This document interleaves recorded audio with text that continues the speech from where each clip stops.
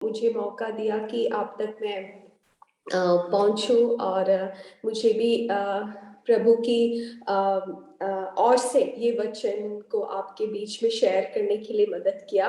और मेरे जीवन में भी एक छुटकारा था। मैं जैसे कि मैं शेयर करूंगी, मैं अपना अनुभव भी आपको बोलना चाहती हूँ।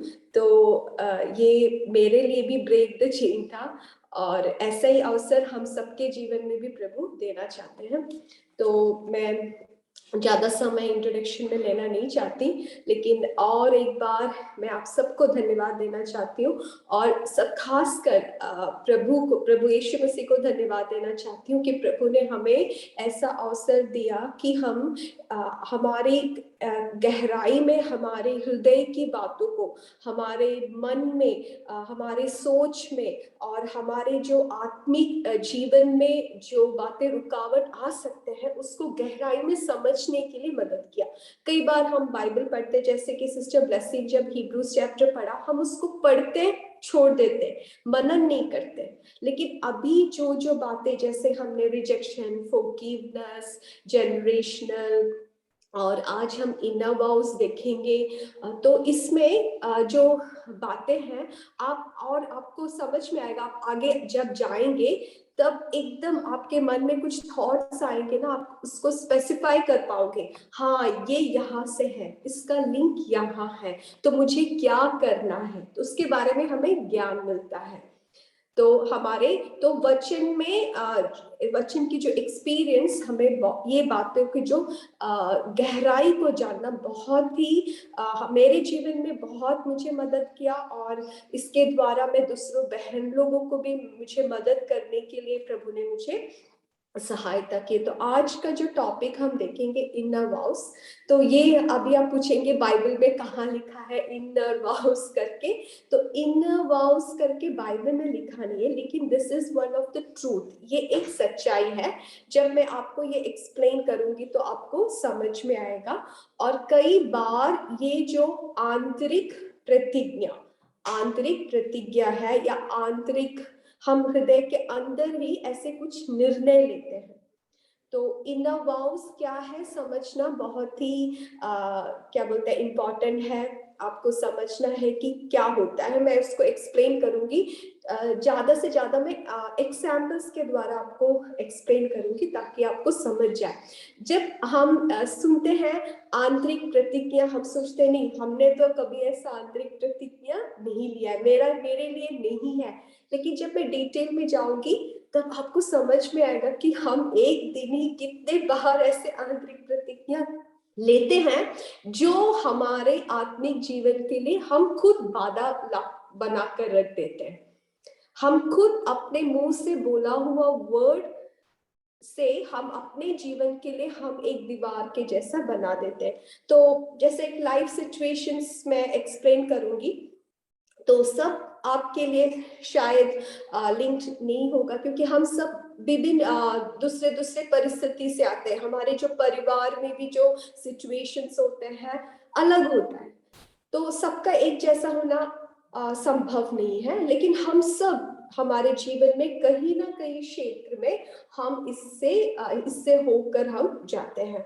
तो जैसे एक सिचुएशन है कि एक छोटा बच्चा, आप इमेजिन करो यूकेजी का एक स्टूडेंट, उसको उसका जो राइम्स था, हिंदी में जो राइम्स होता है, वो पोएम होता है, उसको वो क्लास में प्रेजेंट करना था या असेंबली में प्रेजेंट करना था। और ये बच्चा एकदम प्रिपेयर होके आता है, एकदम सुंदर से ड्रेस करके आता है और स्टेज में आकर बोलने लगती है, लेकिन बीच में वो भूल जाती है। और वो बच्चा एकदम अभी क्या करे, इधर उधर देखते देखते कि टीचर्स लोग हंस रहे हैं और उसके दोस्त लोग सब हंस रहे हैं, ऐसे ऐसे कर रहे हैं। ये बच्चा का वो फीलिंग आप सोच लीजिए। तो उसको उसके अंदर ही अनजाने में वो ऐसे सोचती है, कभी मैं और लोगों के सामने में अकेला कभी नहीं खड़ा हूं, मैं कभी भी ऐसे प्रोग्राम में मुझे सफलता नहीं मिलेगा, मैं जहां भी मैं अकेला खड़ी होंगी लोग मेरे हंसी मजाक उड़ाएंगे। ये एक सिचुएशन है। दूसरा है कि घर में हम जानते हैं, अगर हमारे घर में अगर हम थर्ड या फोर्थ है, घर पर। अभी 6-7 बच्चे सोच लीजिए जो छोटे होते हैं, तो उनका क्या होता है, उनका भैया का कपड़ा पहनना पड़ता है, नहीं तो दीदी का कपड़ा पहनना पड़ता है ना। तो ये सब हम काउंसलिंग में जो एग्जाम्पल्स आते हैं उससे आपसे कह रहे हैं, लाइफ सिचुएशन है। तो ये बच्चा निर्णय लेता है कभी भी मैं पुराना कपड़ा नहीं पहनना चाहिए, मैं हरदम नया नया कपड़ा, क्योंकि इसके बचपन से क्या होता है, जब पहला साल का होता है तो इस सब नहीं तो स्कूल जाना पड़ता है, तो मम्मी बोलता है बेटा देखो भैया का यूनिफॉर्म अभी भी अच्छा है, तुम इसी को पहन लो, भैया का शू अभी भी ठीक है, तुम अभी इसको पहनो क्योंकि भैया को लेना है ना, तो तुम्हारे लिए ठीक है। तो ये देखता है भैया का स्कूल बैग, भैया का शूज, भैया का बुक, इसको कभी नया नहीं मिलता। तो ये बच्चा देखो आंतरिक प्रतिज्ञा मैंने वो लिख के नहीं रखता, वो एकदम अनाउंस नहीं करता, ये सब मन के अंदर होता है, कोई नहीं जानता। इवन जो व्यक्ति ये प्रतिज्ञा लेता है वो भी नहीं जानता कई बार। मैं एग्जाम्पल आपसे कहूंगी, हम भी नहीं जानते कि हमने ऐसा प्रतिज्ञा लिया है। तो ये बच्चा क्या सोचता है, कभी भी मैं पुराना कपड़ा, तो ये क्या होता है बड़ा होता है जब, तो इसको बस जब भी नया कपड़ा देखे तो वो बस नया कपड़ा ही पहनता है, पुराना कपड़ा को पहनता ही नहीं। और अगर इसका नौकरी भी मिल जाए तो उसका बस मन में यही रहता है कपड़ा खरीदना है, कपड़ा खरीदना है, कपड़ा खरीदना है। तो ये सब कहाँ से आया, उसके ये बचपन में जो अनुभव हुआ, उसने अनजाने में जो ऐसी हृदय में ऐसी एक प्रतिज्ञा, नहीं तो ऐसा एक निर्णय लिया कि कभी भी मैं पुराना कपड़ा पहनना नहीं, मुझे नहीं पहनना है। अभी दूसरा एक कॉमन, मैंने उसको अरुणाचल में बहुत देखा है, तो जो लड़की लोग होते हैं उन लोग बचपन से सुनते हैं उनका पिताजी क्या बोलते हैं, अरे मुझे एक लड़का चाहिए था, मुझे एक लड़का चाहिए था। तो ये बच्ची के अंदर ये एकदम घुस जाता है कि देखो मेरे पापा को मैं लड़कों का जैसा कुछ करूं, लड़कों के जैसा मैं काम करूं, लड़कों के जैसे मैं बात करूं, तभी मेरे पापा को पसंद आएगा। तो ये बेटी जो है उसका जो आइडेंटिटी भी वो क्या करती है, उसको वो कवर कर कर हरदम लड़कों के जैसे वो बिहेव करती है। तो हरदम वो लड़की क्या सोचती है कि मेरा पापा को लड़का चाहिए था, और मैं अगर एक लड़के के जैसे बनूं तो मैं पापा को खुश कर सकता हूँ, दूसरों को खुश कर सकता हूँ। तो ये जब स्कूल जाती है, ये स्कूल में क्लास में लड़कों के जैसे बिहेव करती है, नहीं तो लड़कों के साथ जाके खेलती है, लड़कों से बात करती है, तो उसको स्कूल में प्रॉब्लम होता है, टीचर्स उसको डांटते हैं। नहीं तो गर्ल्स, जो गर्ल फ्रेंड्स होते हैं उन लोग बोलते हैं तू हरदम लड़कों के साथ रहता है। तो ये बेटी लड़की का क्या होता है, उसका आइडेंटिटी क्राइस होता है। लेकिन उसका इसने ऐसा क्यों, वो ऐसे क्यों कर रही है, क्योंकि उसके अंदर में बचपन से वो सुन रही कि उसके पापा बोलते कि मुझे एक लड़का चाहिए था, तो उसने निर्णय लिया कि मैं पापा को एक लड़का बना, मैं अपने आप को एक लड़के के जैसे बनकर दिखाऊंगा। उसने अंदर ही अंदर ऐसा एक प्रतिज्ञा लिया, इसलिए वो हरदम कोई भी लड़की का काम, मैंने देखा है एक बेटी हमारे पास आई, वो ड्रेस करती है पूरे लड़के के जैसा, और वो बर्तन साफ करना नहीं चाहती। तो जब चर्च में आया तो पास्टर आंटी ने कुछ कहा कि बच्चे सब काम कर रहे थे, तो वो कहती कि नहीं आंटी मुझे बर्तन धोना पसंद नहीं है। तो बोला क्यों, नहीं मुझे पसंद नहीं, वो लड़कियों का काम है। तो इतना भी उसने क्या किया, मन में बना के रखा है कि उसके लड़कियों का जैसा कोई उसको काम नहीं करना है, उसको एकदम लड़कों का जैसा काम करना है। अभी और दूसरा एक सिस्टर आए, उनके बच्चे नहीं है, तो बहुत प्रेयर किया, जनरेशन कर्स, फॉरगिवनेस, सब कुछ किया, उसके बाद जाकर समझ में आया कि उसने ऐसा एक आंतरिक प्रतिज्ञा किया था बचपन में। वो घर में सबसे बड़ी बेटी थी और उसको अपने छोटे भाई बहन सबको देखना पड़ता था, जो घर के बड़े हैं आप लोग समझते है ना। तो जब आपके बहन भाई लोग छोटे होते हैं आपको उनको देखना पड़ता है, खाना खिलाना पड़ता है, क्योंकि मम्मी कभी बिजी होगी। तो ये जो बेटी जो छोटी थी उसने ऐसा निर्णय लिया कि मुझे बच्चे नहीं चाहिए, मुझे बच्चे नहीं चाहिए। बच्चा पैदा होने से बहुत बर्डन होता है, उनको देखभाल करना बहुत बर्डन होता है। तो उसने अपने बचपन में अपने जो लाइफ सिचुएशन में कुछ ऐसा मन में खुद अपने आप बोला, किसी से नहीं बोला, उसने खुद अपने आप बोला कि मुझे बच्चे नहीं चाहिए। तो आप सोचो हम कितने बार ऐसे ऐसे बोलते हैं। मुझे ऐसा गाड़ी नहीं चाहिए, मुझे ऐसा चीज नहीं चाहिए, मुझे ऐसा घर नहीं चाहिए। हम कितने बोलते हैं, है ना? मुझे ऐसा नहीं चाहिए, नहीं तो मैं ऐसा नहीं करना चाहती हूँ। अनजाने में कुछ हमारे जीवन में कुछ घटना, नेगेटिव घटना आते हैं तो हम उसमें कुछ जजमेंट लगा देते हैं, कुछ न्याय लगाते हैं, नहीं तो हम हमारा कुछ अभिप्राय बोल देते हैं। तो जो कोई भी, आपको इतना समझना है बस, जिस किसी जजमेंट में, जिस किसी न्याय में, अभिप्राय में, सोच में जो परमेश्वर से उत्पन्न नहीं होता, जो परमेश्वर पर भरोसा करते हुए नहीं बोलते, वो सब किस में आता है? आंतरिक प्रतिज्ञा में आता है। तो आंतरिक प्रतिज्ञा को अगर डिफाइन करें तो हम ऐसे बोल सकते हैं, inner vows are deep decision generally made on the subconscious level that is not deliberate or controlled or not being aware of it। तो जो लिख रहे हैं उनके लिए मैंने इंग्लिश में उसको डेफिनेशन को बोला। तो इनर वॉव्स हम समझ सकते हैं ऐसा गहराई में लेने वाला फैसला या निर्णय। हम मन में क्या कर रहे हैं, जैसे मैंने एग्जाम्पल्स बोला, आपको समझ में आया? वो बच्चा जब वो जो स्टेज पे था तो उसने क्या लिया, एक अभी निर्णय ले रहा है कि मैं कभी लोगों के सामने मैं अकेले नहीं खड़ी होंगी, क्योंकि मैं जब अकेले खड़ी होंगी मैं भूल जाऊंगी, लोग मेरे मजाक उड़ाएंगे। तो वो क्या कर रहा है, एक निर्णय ले रहा है जो उसका अचेतन मन में है, वो कॉन्शियस नहीं है तब, उसमें भय में होगा, नहीं तो उसके जो सामने जो शर्मिंदा उसने सामना किया उसमें हो सकता है, और वो जानबूझकर भी नहीं हो सकता। जैसा वो जो लड़की को उसके पापा ने बोला कि मुझे लड़का चाहिए था, तो उसके मन में वो जानबूझकर वो नहीं करे, लेकिन उसके मन में ऐसा है कि हरदम मुझे लड़कों के जैसा बिहेव करना है। वो जानबूझकर नहीं करते, लेकिन उसके मन के अंदर है और डेलिबरेटली इट कम्स आउट। तो आपके सोसाइटी में देखो, आप ऐसे लोगों को देख सकते हैं, ऐसे बच्चों को देख सकते हैं। और वो कई बार क्या होता है, हम अवेयर भी नहीं होते हैं।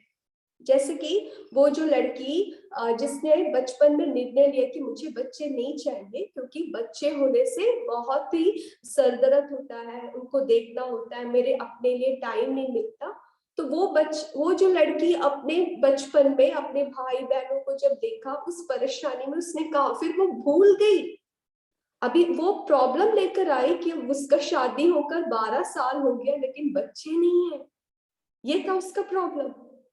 उसका पति पास चल रहा है, उन लोग प्रेयर कर रहे, फास्टिंग ले रहे, लेकिन बच्चे नहीं है। तब पवित्र आत्मा ने याद दिलाया कि आपने कुछ इनर वॉव्स लिया है। देखो, वो खुद अपने मुंह से बोला कि मुझे बच्चे नहीं चाहिए, तो फिर कैसे प्रभु देंगे, है ना?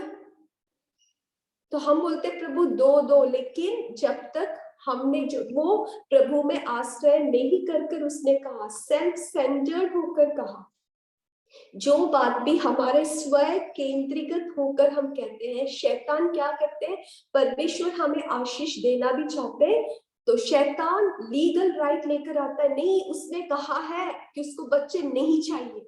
जब तक उस बात के लिए वो माफी नहीं मांगती, प्रभु आप उनको बच्चा नहीं दे सकते। तो कई लीगल राइट्स हमारे ऊपर शैतान कैसे लेकर आता है, हमारे मुंह से बोला हुआ बात या प्रतिज्ञाएं। मैं कभी पास नहीं होंगी, मैं मैथ्स में हरदम फेल हूँ। एक बार मैथ्स में कम नंबर आ गया तो मम्मी से बोलते, मम्मी मैथ्स बहुत टफ है, मैं मैथ्स में हरदम फेल होंगी। लेकिन एक प्रभु के संतान को क्या बोल रहा है, मम्मी मैथ्स मेरे लिए टफ है, लेकिन आप प्रार्थना करो, मैं इस सब्जेक्ट्स में मुझे सफलता मिल सकती है। तो आप देखिए, एक तो सेल्फ सेंटर्ड होता है, अपने आप पर निर्भर होकर बोलते नहीं सकूंगी, मैं ऐसा नहीं कर पाऊंगी, मैं उस पर फेल हो जाऊंगी। लेकिन दूसरे व्यक्ति उसी समय, उसी सिचुएशन, उसी जो घटना में एक पॉजिटिव परमेश्वर पर आश्रय करते हुए बोलते हैं। तो अभी आपको ये समझना, जब भी कुछ कठिन समस्या या परिस्थिति आपके सामने आते, कभी भी नेगेटिवली हमें आंतरिक प्रतिक्रिया नहीं लेना है। मैं ऐसे नहीं कर पाऊंगी, मेरे घर कभी ठीक नहीं होगा, मेरा पति कभी सुधरेगा नहीं, मेरा बच्चे ऐसे ही रहेंगे, वो सुधरेगा नहीं, वो मेरे बच्चे डिसोबीडियंट है, आज्ञा नहीं पालन करते, वो बिगड़ जाएंगे, कभी नहीं बोलना। उनके जीवन में परेशानी, उनके जीवन में डिसोबीडियंस देखते भी आप यही बोलना, नहीं, मेरे बच्चों में बदलाव होगा, मेरा परिवार में बदलाव होगा, प्रभु मेरे जीवन में काम करे। तो अभी मेरे ख्याल से जो मैंने डेफिनेशन बोला आपको समझ में आ गया होगा कि आंतरिक प्रतिज्ञा जो होता है वो डीप डिसीजन या गहराई में हम लेने वाले फैसला होते हैं, जो अचेतन मन में कई बार हम लेते हैं, कई बार हम उसका अवेयर भी नहीं होता है, हम उसको अज्ञान रहते हैं कि हमने ऐसा किया है या नहीं। क्योंकि वो लड़की भूल गई थी, अभी 12 साल उसका बच्चा नहीं है, अभी प्रार्थना कर रही है, तब उसको याद आया, हाँ मेरे बचपन में मैंने इसे बोला था। तो हमें समझना है कि हर एक जो आंतरिक प्रतिज्ञा होते हैं, इसमें एक नकारात्मक विश्वास जुड़ा होता है। ऐसे हम इनर वर्क्स नहीं करते हैं। तो हर एक आंतरिक जो प्रतिज्ञा के पीछे क्या होता है, एक नकारात्मक विश्वास या विचार होता है। Every negative belief is followed by one or more inner works. Example के लिए जैसे कि मैंने अपने बच्चों को गाली दिया, वो बहुत हल्ला कर रहे थे, पढ़ाई नहीं कर रहे थे, मैंने जाके उनको गाली दिया, आई स्कॉल्डेड देम, ठीक है, लेकिन दे डिड नॉट ओबे, वो मेरे बात को नहीं माना और उन लोग बहुत ही उसको नकारात्मक रीति से लिया। जैसे उन्होंने कहा कि मम्मी हरदम आप डांटते रहते हैं, हरदम आप हमारे गलती ढूंढ निकालते, इस प्रकार से वो कहते हैं।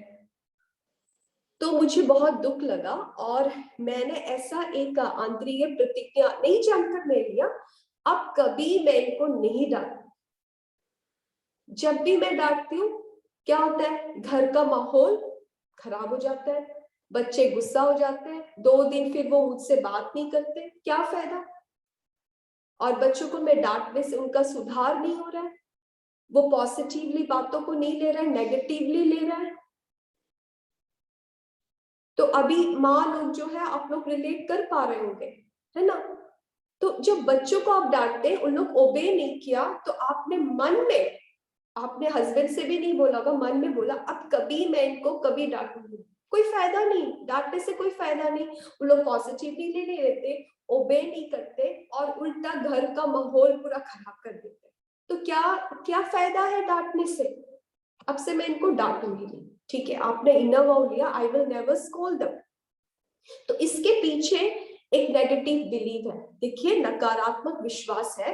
एक तो है कि वो बच्चे कभी मेरा आज्ञा पालन नहीं करेंगे, दे विल नेवर ओबे मी, ऐसा एक नेगेटिव बिलीव है। और दूसरा है कि वो कभी बातों को सकारात्मक रीति में नहीं लेंगे, मैं जो भी कहती हूँ उनका उल्टा लेते हैं बच्चे। तो अभी देखिए इससे हानि क्या पहुंच रहा है, what is the damage done. तो ये इनर वॉव मैंने जो लिया कि बच्चों को मैं कभी अभी नहीं डांटूंगी, तो इससे कहां पर डैमेज पहुंच रहा है देखिए। जब कभी भी बच्चे गलती करते हैं, मैं चाहती हूँ कि बच्चों को करेक्ट करूं, लेकिन मैंने जो इनर वॉव लिया है कि मैं इनको कभी डांटूंगी नहीं, तो एकदम जल्दी से सोच आता है कोई फायदा नहीं, इनको गाली देने से कोई फायदा नहीं, ये कभी सुधरेंगे नहीं, कभी पॉजिटिव नहीं लेंगे। तो क्या हो रहा है, आप बच्चों को सुधार नहीं रहे, बच्चे गलती कर रहे हैं लेकिन आप उनको बता के नहीं दे रहे कि वो गलती कर रहे हैं। तो अभी यहाँ आप क्या कर रहे हैं, आप परमेश्वर के वचन के विरोध काम कर रहे हैं। Hallelujah, hallelujah. हम जब डांटते हैं बच्चे जोर से चिल्लाएंगे, मम्मी ऐसे है वैसे हो सकता है, बर्तन फेंकेंगे, कुछ ना कुछ हंगामा करेंगे। और नहीं तो बच्चों को कभी हमें पीटना पड़ता है ना, उनको मारना पड़ता है, तो बहुत हंगामा मनाएंगे। तो हम क्या सोचेंगे, हाँ घर का वातावरण शांति रहो, उसने छोड़ो, इनको कुछ बोलने से फायदा नहीं। लेकिन बाइबल ने कहा कि बच्चों को जहां सुधारना है हमें सुधारना है, जहां करेक्ट करना है हमें करेक्ट करना है ना। तो यहाँ पर मैं अपने आप पर ज्यादा केंद्रीकृत हूं, मैं परमेश्वर पर केंद्रीकृत नहीं हूं। परमेश्वर का वचन मैं यहाँ नहीं पालन कर रही। तो मैंने जो इनर वाव, आंतरिक प्रतिज्ञा किया कि मैं बच्चों को कभी नहीं डांटूंगी, तो आप बोलिए वो पाप है या नहीं? वो मेरे घर में, वो मेरे घर के लिए, मेरे बच्चों के लिए मैं नुकसान पहुंचा रही हूँ। छोटे छोटे बात है, बड़ा बात नहीं है, लेकिन ये बातें काफी है हमारे आशीषों को रोकने के लिए। एली के साथ यही हुआ। एली पुरोहित जो था, हम पुराने नियम में देखते हैं, अपने बच्चों, हो सकता है वो बच्चों से एक बार कहा, दो बार कहा, वो लड़के बहुत हंगामे मचाते थे, पापा चुप रहो, बुढ़ा चुप रहो, कुछ नहीं बोलना। तो पापा ने सोचा ठीक है, बच्चों से बोलना छोड़ देते। तो देखो वो करके करके कहाँ पहुंच गए, है ना। तो बच्चों को जब वो हमारे अधिकार में रहते हैं, उनको समझाना है, वो गुस्सा करे तो भी, हल्ला मचाए तो भी, उनको करेक्ट जहां करना है करेक्ट करना और प्रार्थना करना है। और उनको बोलना है, बेटा, मैं अभी भी बच्चों को बोलती हूँ, अभी भी संडे में भी मेरे छोटी बेटी घर पे, उसको बोला देखो अभी डैडी मम्मी को हरदम मीटिंग रहता है, तो हम तुम्हारे साथ ज्यादा प्रेयर नहीं कर पाते, तो तुम्हें अपना पर्सनल डिवोशन लगातार रहना है, तुम्हें बाइबल रीडिंग नहीं छोड़ना, तुम अपना जो स्पिरिचुअल बातों को करना है तुम्हें उसकी करना है। तो उसने कहा कि मैं कर रही हूँ, आप क्यों बार बार कहते हैं? मैंने बोला कि ये मेरा कर्तव्य है, आप कर रहे होंगे ठीक है, लेकिन आई एम रिस्पॉन्सिबल। मुझे जब, क्योंकि प्रभु मुझसे पूछेगा, है ना, तो मेरे ऊपर जो रिस्पॉन्सिबिलिटी है वो मैं कर रही हूँ। मैं आपसे कह रही हूँ कि आपको बाइबल रीड करना है डेली, आपका डिवोशन देना है, अच्छा मैसेज सुनना है, मेमोराइज करना वर्सेस। आप नहीं करते तो now you will be responsible. अभी अगर मेरे बात आप नहीं मानते तो यू विल बी रिस्पॉन्सिबल, लेकिन मेरा जो कर्तव्य मुझे करना है ना। तो इसलिए तो देखिए इनर वॉव्स, मैंने वही बोला कि हमें लगता हमने कभी आंतरिक प्रतिज्ञा नहीं लिया, लेकिन बहुत से बातों में कई बार। तो इसमें मेन यही है दैट वॉव्स या प्रतिज्ञा गॉड सेंटर्ड नहीं होता, वो ईश्वरीय केंद्रीकृत नहीं होता, उसमें ज्यादा हम अपने आप को इंपॉर्टेंस देते हैं। हाँ, मेरे घर में, मेरे कारण घर में गुस्सा नहीं होना, मेरे मेरे कारण बच्चे मुझसे नाराज नहीं होना, आई वॉन्ट टू प्लीज। तो उसमें परमेश्वर की क्या इच्छा है, क्या परमेश्वर उससे प्लीज्ड है, वो मैं नहीं देख रही। That is the difference. तो जब भी आपके परिवार में ऐसे हालात होते हैं जहां पर आप अपने आप को ज्यादा महत्व देते हैं, आपको मालूम है नहीं, परमेश्वर के वचन के अनुसार, परमेश्वर की इच्छा के अनुसार ये बातें ऐसा नहीं जाना है, और आप उसके विरोध काम करते हैं, तो वहां पर हम गलत करते हैं। तो जैसे कि बोला, हम देखेंगे जब इनर वॉव्स लेते हैं, जब आंतरिक प्रतिज्ञा लेते हैं, वहां क्या क्या होता है, व्हाट इज हैपनिंग।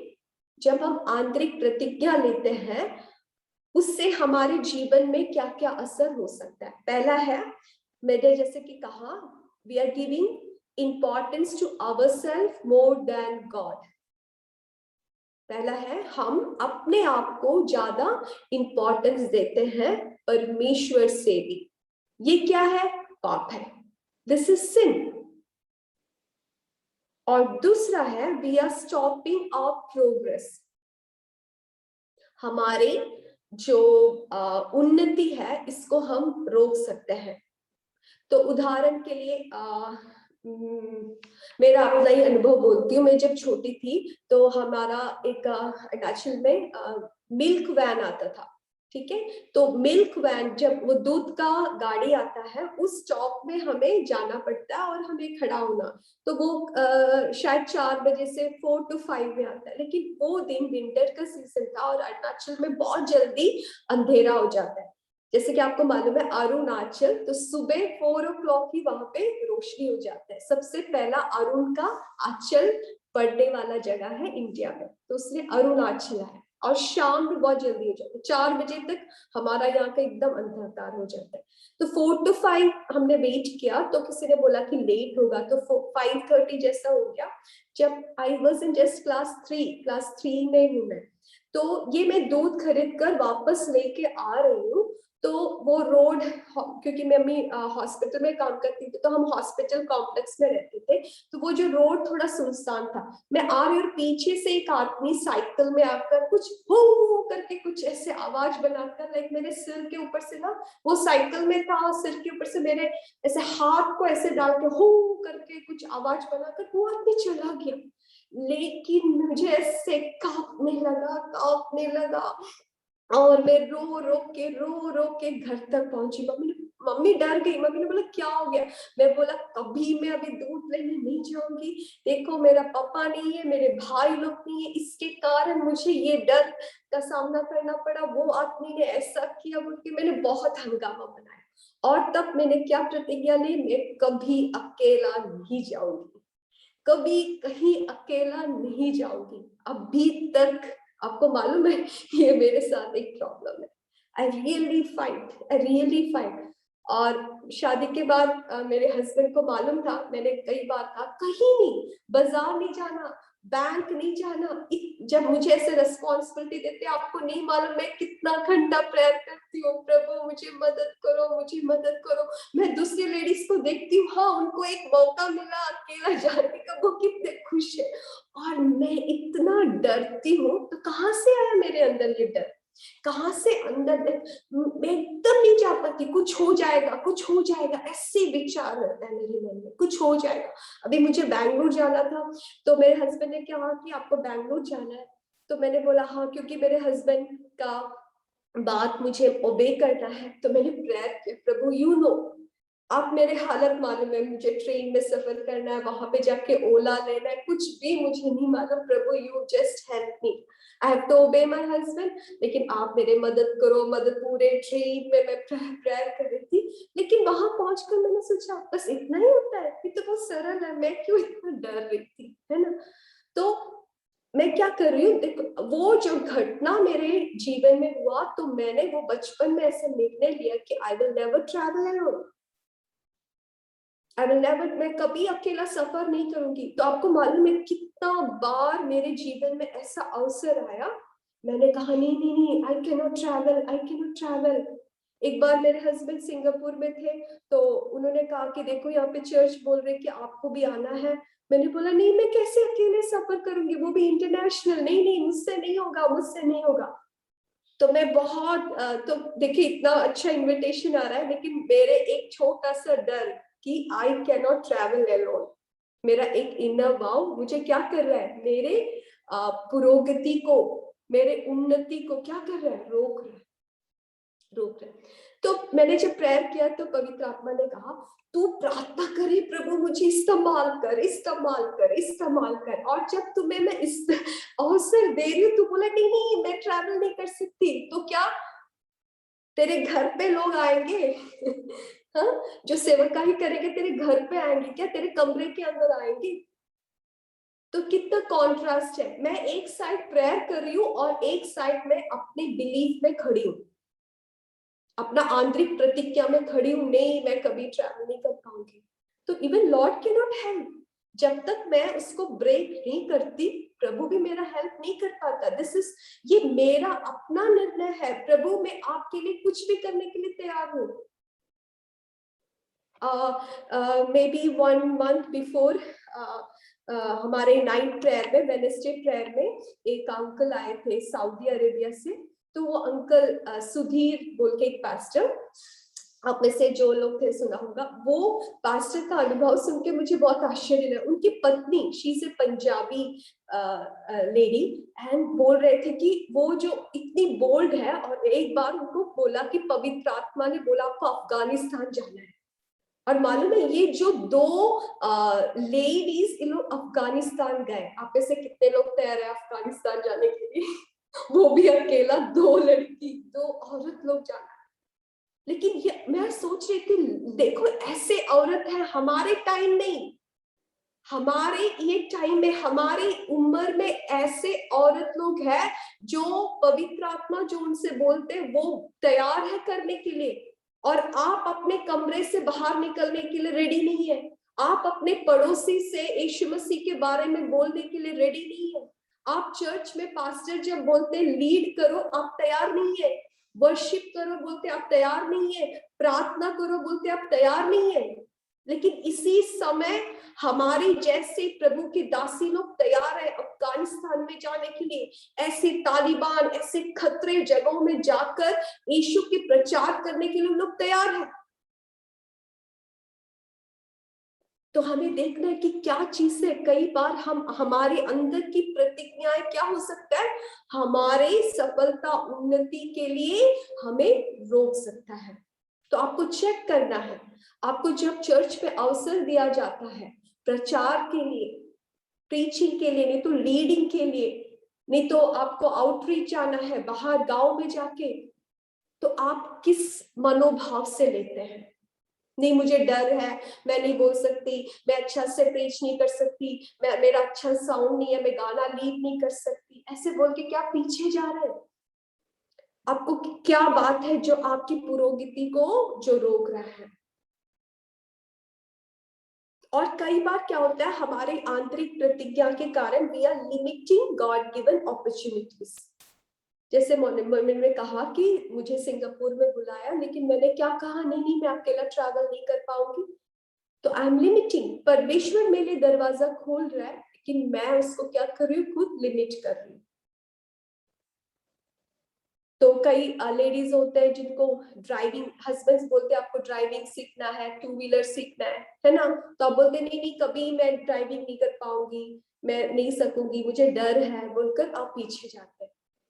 तो ये सब प्रभु जो आपको अवसर देते हैं उसमें क्या कर रहे हैं, हमारा इनर वॉल्स, हम जो आंतरिक प्रतिज्ञा लेते हैं इसके द्वारा ही हम बाधा ला सकते हैं। तो ये देखा कि आंतरिक प्रतिज्ञा में क्या होता है, हमने देखा एक तो है कि we become self centered, we are not God centered, and second is we are stopping our progress. हमारी उन्नति को हम क्या कर रहे हैं, हम खुद रोक रहे हैं। और तीसरा है we are limiting our self from opportunities. हम अपने आप को, हमें दिया हुआ अवसर को हम उसको सीमित कर रहे हैं। ठीक है, अभी हम जाएंगे कि दो प्रकार का इनवर्व्स हम ले सकते हैं। दो प्रकार का इनवर्व्स होते हैं। एक होता है सामान्य प्रतिज्ञा, या लाइक सामान्य जनरलाइज्ड जजमेंट, सामान्य न्याय या सामान्य अभिप्राय, सामान्य मत या सामान्य सोच। इतने वर्ड्स बोला, आपको जो समझ में आया आप ले लेना। ठीक है, तो मैं जब ऐसे कैटेगराइज करती हूँ आप सोचेंगे कि बहुत बड़ा बात है, कुछ बड़ा बात नहीं है, छोटा बात है, इसको समझने के लिए बस मैं कह रही हूँ। तो हम कभी ये बातों पर ध्यान नहीं देते है ना, ऐसे ऐसे हम, मेरे सोच में प्रॉब्लम है, हम ध्यान नहीं देते। तो इसको जब हम डिटेल में पढ़ते ये हमें मदद करेगा। और दूसरा होता है स्पेसिफिक जजमेंट, जिसको विशिष्ट न्याय बोल सकते हैं या विशिष्ट अभिप्राय, विशिष्ट सोच बोल सकते हैं। तो अभी जब मैं इसका एग्जाम्पल समझाऊंगी आप सबको समझ में आएगा। तो जनरलाइज्ड जजमेंट, जैसे कि सामान्य अभिप्राय, हम सामान्य रीति से कुछ अभिप्राय करते हैं सब लोगों के लिए, जो सब लोगों के लिए लागू होता है। तो जैसे कि कुछ लोग बोलते हैं, ऐसे मन में सोच आता है, जो भी अधिकार स्थल में जो लोग होते हैं वो सब बहुत नियंत्रण करते हैं। जो अधिकारी जो लोग होते हैं वो हरदम दूसरों के ऊपर नियंत्रण करते कर एक सामान्य सोच हमारे अंदर हो सकता है। तो जब कभी भी हम जहां कहीं भी जाए, जो भी व्यक्ति अधिकारी होता है उनके प्रति हमारा मन क्या होगा, ओ ये व्यक्ति मुझे नियंत्रण करेगा, ये व्यक्ति जो भी बोलेगा मुझे वो करना पड़ेगा, ऐसे लगता है। लेकिन आप बोले क्या ये सच है? हर कोई जो अधिकार में है क्या वो नियंत्रण करता है? नहीं। तो ये सोच के साथ अगर मैं जीऊं, अगर मैं आगे जाऊं तो ये मेरे लिए बाधाएं डाल सकता।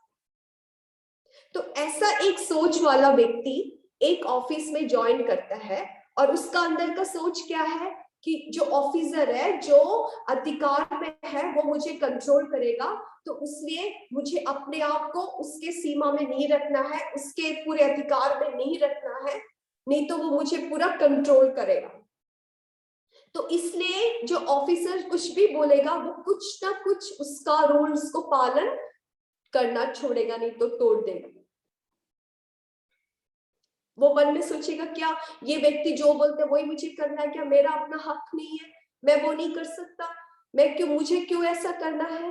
लेकिन उसी ऑफिस में दूसरा एक व्यक्ति है जो सोचता है कि जो अधिकारी है वो हमारी भलाई के लिए बोलता है, जो भी बोलता है ऑफिस के काम के लिए या स्कूल के काम का भलाई के लिए बोलता है, तो मुझे वो ऑफिसर का बात मानना है।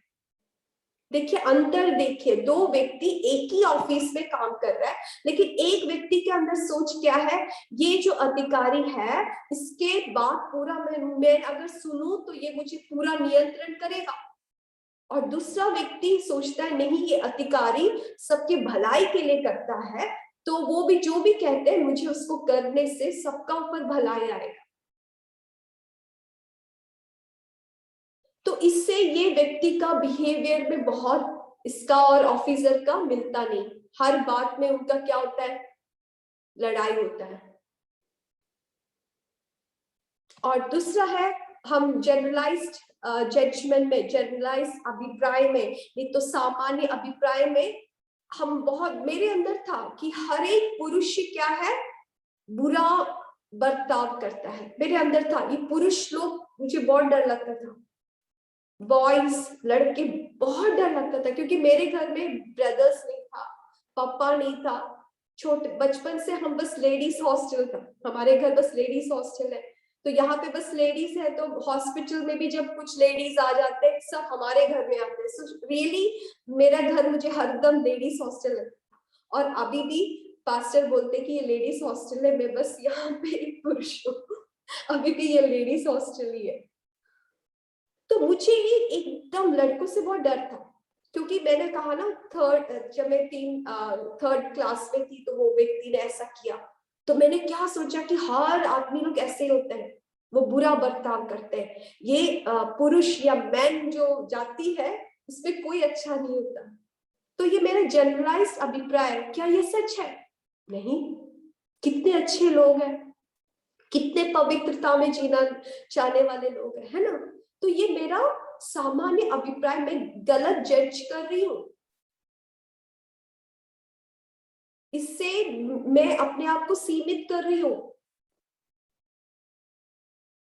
और कुछ लोग सोचते हैं कि हर एक स्त्री बहुत नियंत्रण करते हैं, तो हो सकता है कि उनके बहुत हस्बैंड्स के जब काउंसलिंग के लिए आते हैं ना, मैरिज काउंसलिंग के लिए आते हैं, तो हस्बैंड्स बोलते हैं पास्टर मैं कभी ये क्या बोलती है, वाइफ को बोलती है, वाइफ जो बोलती है मैं सुनूंगी नहीं, क्योंकि मेरे मम्मी घर का पूरा नियंत्रण करती थी, ऐसे मेरा घर में नहीं होना है। तो पत्नी अगर अच्छा बात भी बोले तो वो सुनना नहीं चाहते, क्यों? क्योंकि उसने ऐसा सोच रखा है, उसका मन में ऐसा आंतरिक प्रतिज्ञा किया है कि सब औरत कंट्रोल करती है। क्या सब औरत कंट्रोल करते हैं? नहीं, दैट इज अ लाई। तो कुछ ऐसे नकारात्मक कुछ घटनाएं आपके जीवन में हुआ, इसके कारण आप एक जनरलाइज स्टेटमेंट बना रहे, एक सामान्य अभिप्राय करें कि सब ऐसे हैं, सब औरत ऐसे है, सब पुरुष ऐसे हैं, सब अधिकारी ऐसे हैं। तो इससे हमारे पुरोगति के लिए, हमारे जीवन में आशीषों के लिए बहुत बाधाएं ला सकते हैं। हमारे सोच में बहुत अलगाव। जैसे मैंने कहा कि ए ऑफिस में 2 स्टाफ हैं, दोनों स्टाफ सी परिस्थिति से जाते हैं। एक जो व्यक्ति वो सोचता है, जो ऑफिसर कहता है, नहीं तो वो स्कूल का प्रिंसिपल कहता है, वो पूरे स्कूल के बेनिफिट के लिए कहता है, तो मुझे उसको सुनना है। और दूसरा स्टाफ सोचता है नहीं नहीं, अगर मैं इनका बाहर बात को मानूं ना तो ये पूरा मुझे नियंत्रण करेगा, इसलिए कुछ कुछ बात मुझे अपना मनमानी करना है। देखो, तो थॉट कहाँ है कि इसका इनर वाव है कि ऑल अथॉरिटीज आर कंट्रोलिंग। जो भी अधिकार में होते हैं वो सबको कंट्रोल करते हैं। That is the negative belief. तो वो हो गया जनरलाइज्ड जज। अभी मैं सोचती हूँ कि आपको समझ में आ गया कि सामान्य अभिप्राय बोलने से क्या होता है, जो हम सबके ऊपर लागू कर देते हैं। और विशिष्ट न्याय होते हैं, विशिष्ट अभिप्राय होते हैं जो किसी किसी व्यक्ति के ऊपर, जैसे कि आपने कहा मेरे पापा कभी भी मेरा नहीं सुनता, मेरी मम्मी मुझे प्यार नहीं करती, नहीं तो मेरा पति वो कभी मैं जो भी बोलूं वो नहीं सुनेगा, नहीं तो मेरे बच्चे। स्पेसिफिक होता है, किसी व्यक्ति के लिए होता है, जनरलाइज सामान्य नहीं होता, किसी व्यक्ति के लिए होता है।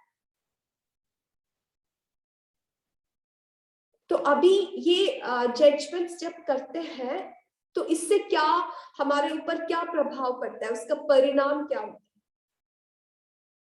जैसे कि एक वाइफ अपने हस्बैंड को कुछ अच्छे बातें बोलते, देखिए आपको इतना कर्ज नहीं लेना है, आपको इतना पैसा स्पेंड नहीं करना है, इसलिए हमें इतना कर्ज हो रहा है ना। अच्छी बातों को समझाते, लेकिन हस्बैंड नहीं सुनता, नहीं नहीं नहीं ऐसा नहीं है, मैं ऐसे करूंगा ऐसा करूंगा। तो वो पत्नी ऐसा इनर वॉव लेती है कि ये कभी सुधरेगा नहीं, मेरा पति कभी सुधरेगा नहीं, इसका कभी बिजनेस ठीक नहीं होगा, ये हरदम कर्ज में रहेगा। वो ऐसे अंदर में मन में सोचती है कभी ठीक नहीं होगा, गुस्सा से सोचती है। उसके बाद वो चर्च में जाकर सब बहन लोग मेरे पति के लिए प्रार्थना कीजिए, मेरा पति का बिजनेस अच्छा नहीं चल रहा, उसका दोस्त लोग उसको ठका रहे हैं, प्लीज आप प्रार्थना करो। सब प्रार्थना कर रहे, प्रभु इनके हस्बैंड को मदद करो मदद करो मदद करो। लेकिन इसने क्या इनर वॉव लिया है कि इसका पति कभी ठीक नहीं होगा। इसके अंदर ऐसा बिलीफ है, इसके अंदर ऐसा आंतरिक प्रतिज्ञा है कि इसका पति कभी ठीक नहीं होगा। तो आप जब भी आपके बच्चों के लिए भी प्रार्थना करते हैं, चेक आपका हृदय में आप चेक करो, आप बच्चों के लिए क्या सोचते हैं। प्रभु अच्छा मार्ग दो उनको, अच्छा, लेकिन आपके मन में सोचते हैं ये गधा है, ये कभी ठीक नहीं होगा, ये लड़का कितना भी पढ़े उसको याद नहीं आएगा। अगर मन में आप ऐसा विश्वास करते हैं और बाहर जाकर प्रार्थना करते हैं, कोई फायदा नहीं। पहले आपका जो विश्वास है उसको बदलना बहुत जरूरी है। क्योंकि आप पढ़ो मैथ्यू चैप्टर 9 वर्स 29, मत्ती 9 उसका 29वां पद।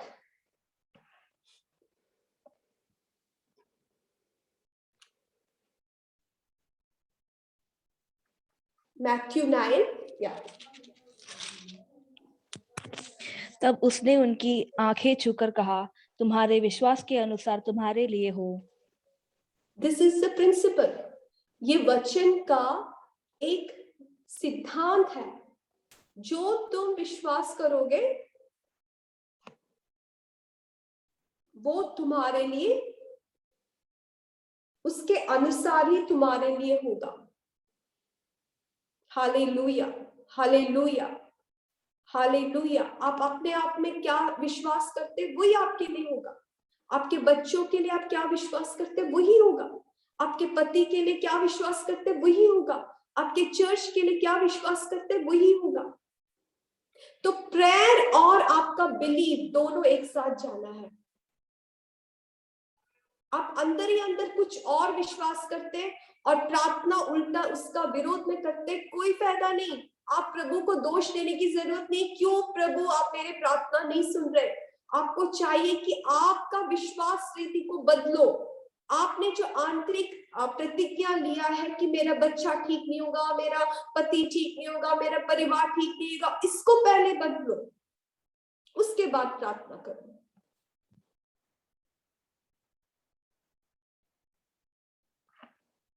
तो ये एक प्रिंसिपल है, जो हम विश्वास करते हैं वैसे ही होगा।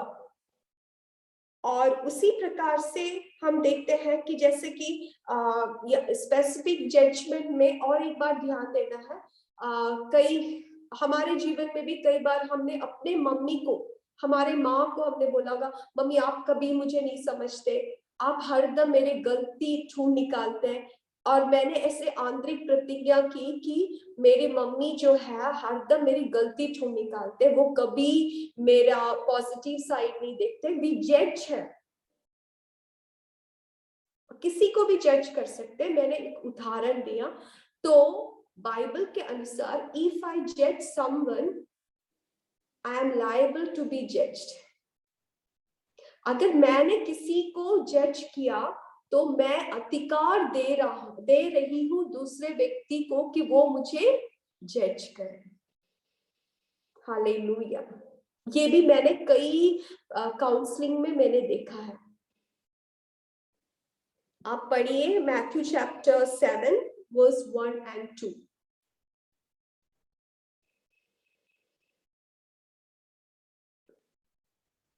मत्ती 7 उसका 1 और दूसरा पद। दोष मत लगाओ कि तुम पर भी दोष न लगाया जाए, क्योंकि जिस प्रकार तुम दोष लगाते हो उसी प्रकार तुम पर भी दोष लगाया जाएगा, और जिस नाप से तुम नापते हो उसी नाप से तुम्हारे लिए भी नापा जाएगा। या थैंक यू, ये बहुत इंपॉर्टेंट है, बहुत इंपॉर्टेंट है। आप देख रहे हैं कि दूसरे लोग आपको दोष लगा रहे हैं, आपके बारे में गलत, तो first you check your life. आपको क्या करना है, अपने जीवन में देखो, कहीं मैं तो किसी को जज नहीं कर रही, मैंने किसी के ऊपर न्याय तो नहीं किया। तो अगर किया तो तब आप उसके लिए रिपेंट करो, उसके बाद प्रार्थना करो। आप देखोगे कि बहुत बड़ा बदलाव आपके जीवन में आएगा, क्योंकि we are no one to जज। हम किसी का न्याय नहीं कर सकते, हम किसी को जज नहीं कर सकते। अगर आपके विरोध कोई काम कर रहा है तो आपको क्या करना है, प्रभु से बोलना है, प्रभु में व्यक्ति जो मेरे विरोध में काम कर रहा है, प्रभु मैं उसको जज नहीं करती, लेकिन प्रभु मैं उसको माफ करती हूँ और इस विषय को आपके हाथों में सौंपती हूँ। प्रभु आप मेरे लिए बातें करें, आप मेरे लिए वहां पे काम करें, ऐसे प्रार्थना करना है। और अभी क्योंकि हम कलीसिया के अंदर है, तो कलीसिया के अंदर भी आप किसी सिस्टर्स को देखते हैं, वो उसका बैठना ठीक नहीं है, उसका गाने का ढंग ठीक नहीं है, उसका प्रार्थना करने का ढंग ठीक नहीं है, उसका बोलने का ढंग ठीक नहीं है, कभी जज ना करें, क्योंकि वो व्यक्ति परमेश्वर का संतान है। तो अगर आपको लगता है उस व्यक्ति के अंदर कुछ गलती है, तो आपको क्या करना है, प्रभु वो बहन को आप मदद करें, वचन का पालन करने के लिए मदद करें, आपको प्रेम करने के लिए कि आप उनके लिए प्रार्थना कीजिए, और अवसर मिले तो प्यार से उनको समझाइए, कभी जज ना करें। और दूसरों को, जैसे पिछले बार मैंने बोला, कानाफूसी नहीं करना, देखो वो ठीक नहीं है, उसका कपड़े पहनने का ढंग ठीक नहीं है, वैसा है वैसा है। नो, इफ वी जज अदर्स, जरूर आप अपने आप को सबके सामने आप मुझे भी जज करो, क्योंकि वचन में लिखा है, जज not that you will not be जज। तो हम जब आंतरिक प्रति, बहुत बच्चे लोग बोलते कि मेरे मम्मी ऐसा है, मम्मी वैसा है, तो हमने उनकी मम्मी से जब बात किया तो उनके मम्मी बोल रहे, हाँ सिस्टर मेरे मम्मी के साथ प्रॉब्लम, यू नो, जैसे कि मेरे बेटी मुझसे प्रॉब्लम है, तो जब मैं अपने लाइफ में देखती हूँ, मुझे भी मेरे मम्मी के साथ यही प्रॉब्लम था और वो अभी कंटिन्यू हो रहा है। तो मुझे चाहिए कि मैंने जो मेरे मम्मी के विरोध में जो जजमेंट बोले थे, I have to ask repentance, मुझे परमेश्वर से माफी मांगना है, माफ और प्रभु से कन्फेस करना है, तभी मेरे बेटी के जीवन में भी हमारा रिश्ता ठीक होगा। वो जो आंतरिक प्रतिज्ञा वो जो भी लिया है वो तोड़ पाएगा। ओके, हम आगे जाएंगे। अभी हम देखेंगे कि किस प्रकार से आंतरिक प्रतिज्ञाएं हमारे जीवन में किस किस परिस्थिति से हमारे जीवन में बन सकते हैं। तो जब मैं ये समझाऊंगा, आप समझाऊंगी, आपको समझ में आएगा कि हमें किस किस क्षेत्र में बहुत ही सावधान रहना है। मैं क्यों इतना एग्जाम्पल बोल रही हूँ, क्योंकि एग्जाम्पल नहीं बोलेंगे तो हमें समझ में नहीं आएगा, हमें लगता है कि ये कुछ हमारा रिलेटेड बात ही नहीं है, ये किसी और के लिए है। लेकिन डेली हमारे प्रैक्टिकल लाइफ में बहुत से ऐसे अवसर आते हैं, हमें बहुत ध्यान देना है। एक है कई बार हम ऐसे आंतरिक प्रतिज्ञाएं लेते हैं जब हम देखते हैं कि हमारा कुछ नकारात्मक लाइक बिलीव्स होते हैं। जैसे कि मैं एग्जाम्पल देती हूँ तब आपको समझ में आएगा। इसके कारण हम ऐसे नकारात्मक एक इनर वाव्स लेते हैं। तो एक इनर वाव है कि मैं हर दम सबको प्रसन्न करूंगी, मैं किसी को कभी दुख नहीं पहुंचाऊंगी, और जो भी लोग कहे ना मैं उसको सुन लूंगी। So I will always please them and never resist them. कई लोग सोचते हैं ना कि मैं हरदम सबको प्रसन्न करूंगी। तो हमने जब इसके पीछे देखा तो क्या है कि कई लोगों के अंदर ऐसे विश्वास है कि अगर मेरे परिवार में मेरे परिवार के बातों को नहीं सुना तो वो मुझे त्याग देंगे, घर से निकाल देंगे, इसलिए जो कुछ भी वो कहते हैं मैं उनका मैं पालन करूं। तो एग्जाम्पल के लिए कई के लिए ये बाधा हो जाते हैं। जैसे कि सच्चाई मालूम हुआ कि यीशु मसीह ही उद्धार करता है, यीशु मसीह हमारे पापों से छुड़ा सकता है, लेकिन ये व्यक्ति के अंदर क्या है कि नहीं नहीं, मेरे घर में मैं दूसरों को क्या बोलते हैं, दूसरों का बात का इनकार नहीं कर सकती। तो आप इतने बड़े सच्चाई को जानते हुए भी you are trying to please others, आप दूसरों को प्रसन्न कर रहे हैं, आप परमेश्वर की सच्चाई के लिए कदम नहीं ले पा रहे। क्यों? क्योंकि आपका अंदर एक इनर वाव है कि मैं हरदम दूसरों को खुश रखूंगी। इसलिए आपके परिवार के आप देखिए, आपके परिवार में देखिए कितने लोग यीशु मसीह पर विश्वास करते हैं, प्रार्थना वो हमसे बोलते कि प्रार्थना कीजिए, लेकिन वो कदम नहीं लेते यीशु के लिए। क्यों? क्योंकि बोलते नहीं नहीं, मेरे परिवार में उन लोग को दुख पहुंचेगा, चाचा को, मामा को, चाची को, मौसी को, उन लोग क्या बोलेंगे, मैं परिवार में दुख देना नहीं चाहती। तो यहाँ पे देखिए वो सेल्फ सेंटर्ड है ना, वो परमेश्वर को ज्यादा महत्व नहीं देते। तो सच्चाई में क्या है, देखो इतने बड़े सत्य जब आप समझ गए, आप परमेश्वर के लिए एक कदम लेंगे तो आपका होल फैमिली, आपका चाचा, मौसी, मौसा, सबका आशीष का कारण आप बनेंगे। लेकिन आपकी जो ये प्रतिज्ञा है कि नहीं, मैं दूसरे को कभी दुख नहीं पहुंचाऊंगी, मैं उनके विरुद्ध कुछ काम नहीं करूंगी, इससे आपके जीवन में भी वो जो प्रभु आशीष देना चाहता है वो नहीं आप प्राप्त कर सकते। और दूसरा एक इनर वाव है, जैसे मैंने जब रिजेक्शन पढ़ाया था, जो ये इनर वाव हमारे जीवन की किसी भी समय में हमारे इवन हम जब माँ के कोख में भी होते हैं ना, उस समय भी वहां की घटना से हमारे अंदर ऐसे आंतरिक प्रतिज्ञा हम कर सकते हैं। क्योंकि मैंने अबॉर्शन के टाइम में भी आपको सिखाया कि वो बच्चा जो माँ के कोख में, उसका स्पिरिट कंप्लीटली फॉर्म हो जाता है, वो आत्मा में सब कुछ ग्रहण कर सकता है। जब कोई बोलते हैं कि ये बच्चा नहीं चाहिए था, जैसे कि मैंने आपको एग्जाम्पल बोला कि एक बेटी जो काउंसलिंग के लिए आई, तो उसका मम्मी जब कॉलेज में डिग्री कर रही थी, उसका मम्मी प्रेग्नेंट हुआ। तो आंटी ने जस्ट सोचा अभी मुझे प्रेग्नेंट नहीं होना था, ये बच्चा नहीं चाहिए था, बस इतना ही सोचा। अब देखो वो बच्चा अभी भी उसका सफर कर रहा है। She feels that she is a unwanted child.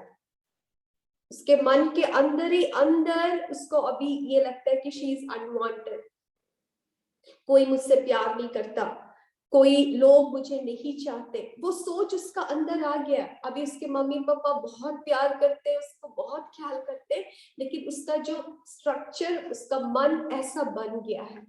तो इनर वॉव्स हम हमारे जीवन के किसी भी समय पर, बचपन में ले सकते हैं, हम माँ के जब कोख में तब भी ऐसा इनर वॉव्स हो सकता है, कर प्रूव हुआ है। और तीसरा संभावना है, जब आपके जीवन में कुछ घटनाएं दोहराते हैं, दुखदायक जब ऐसे घटना दोहराते हैं, तो आप अनजाने में ऐसा आत्मिक प्रतिज्ञा लेते हैं।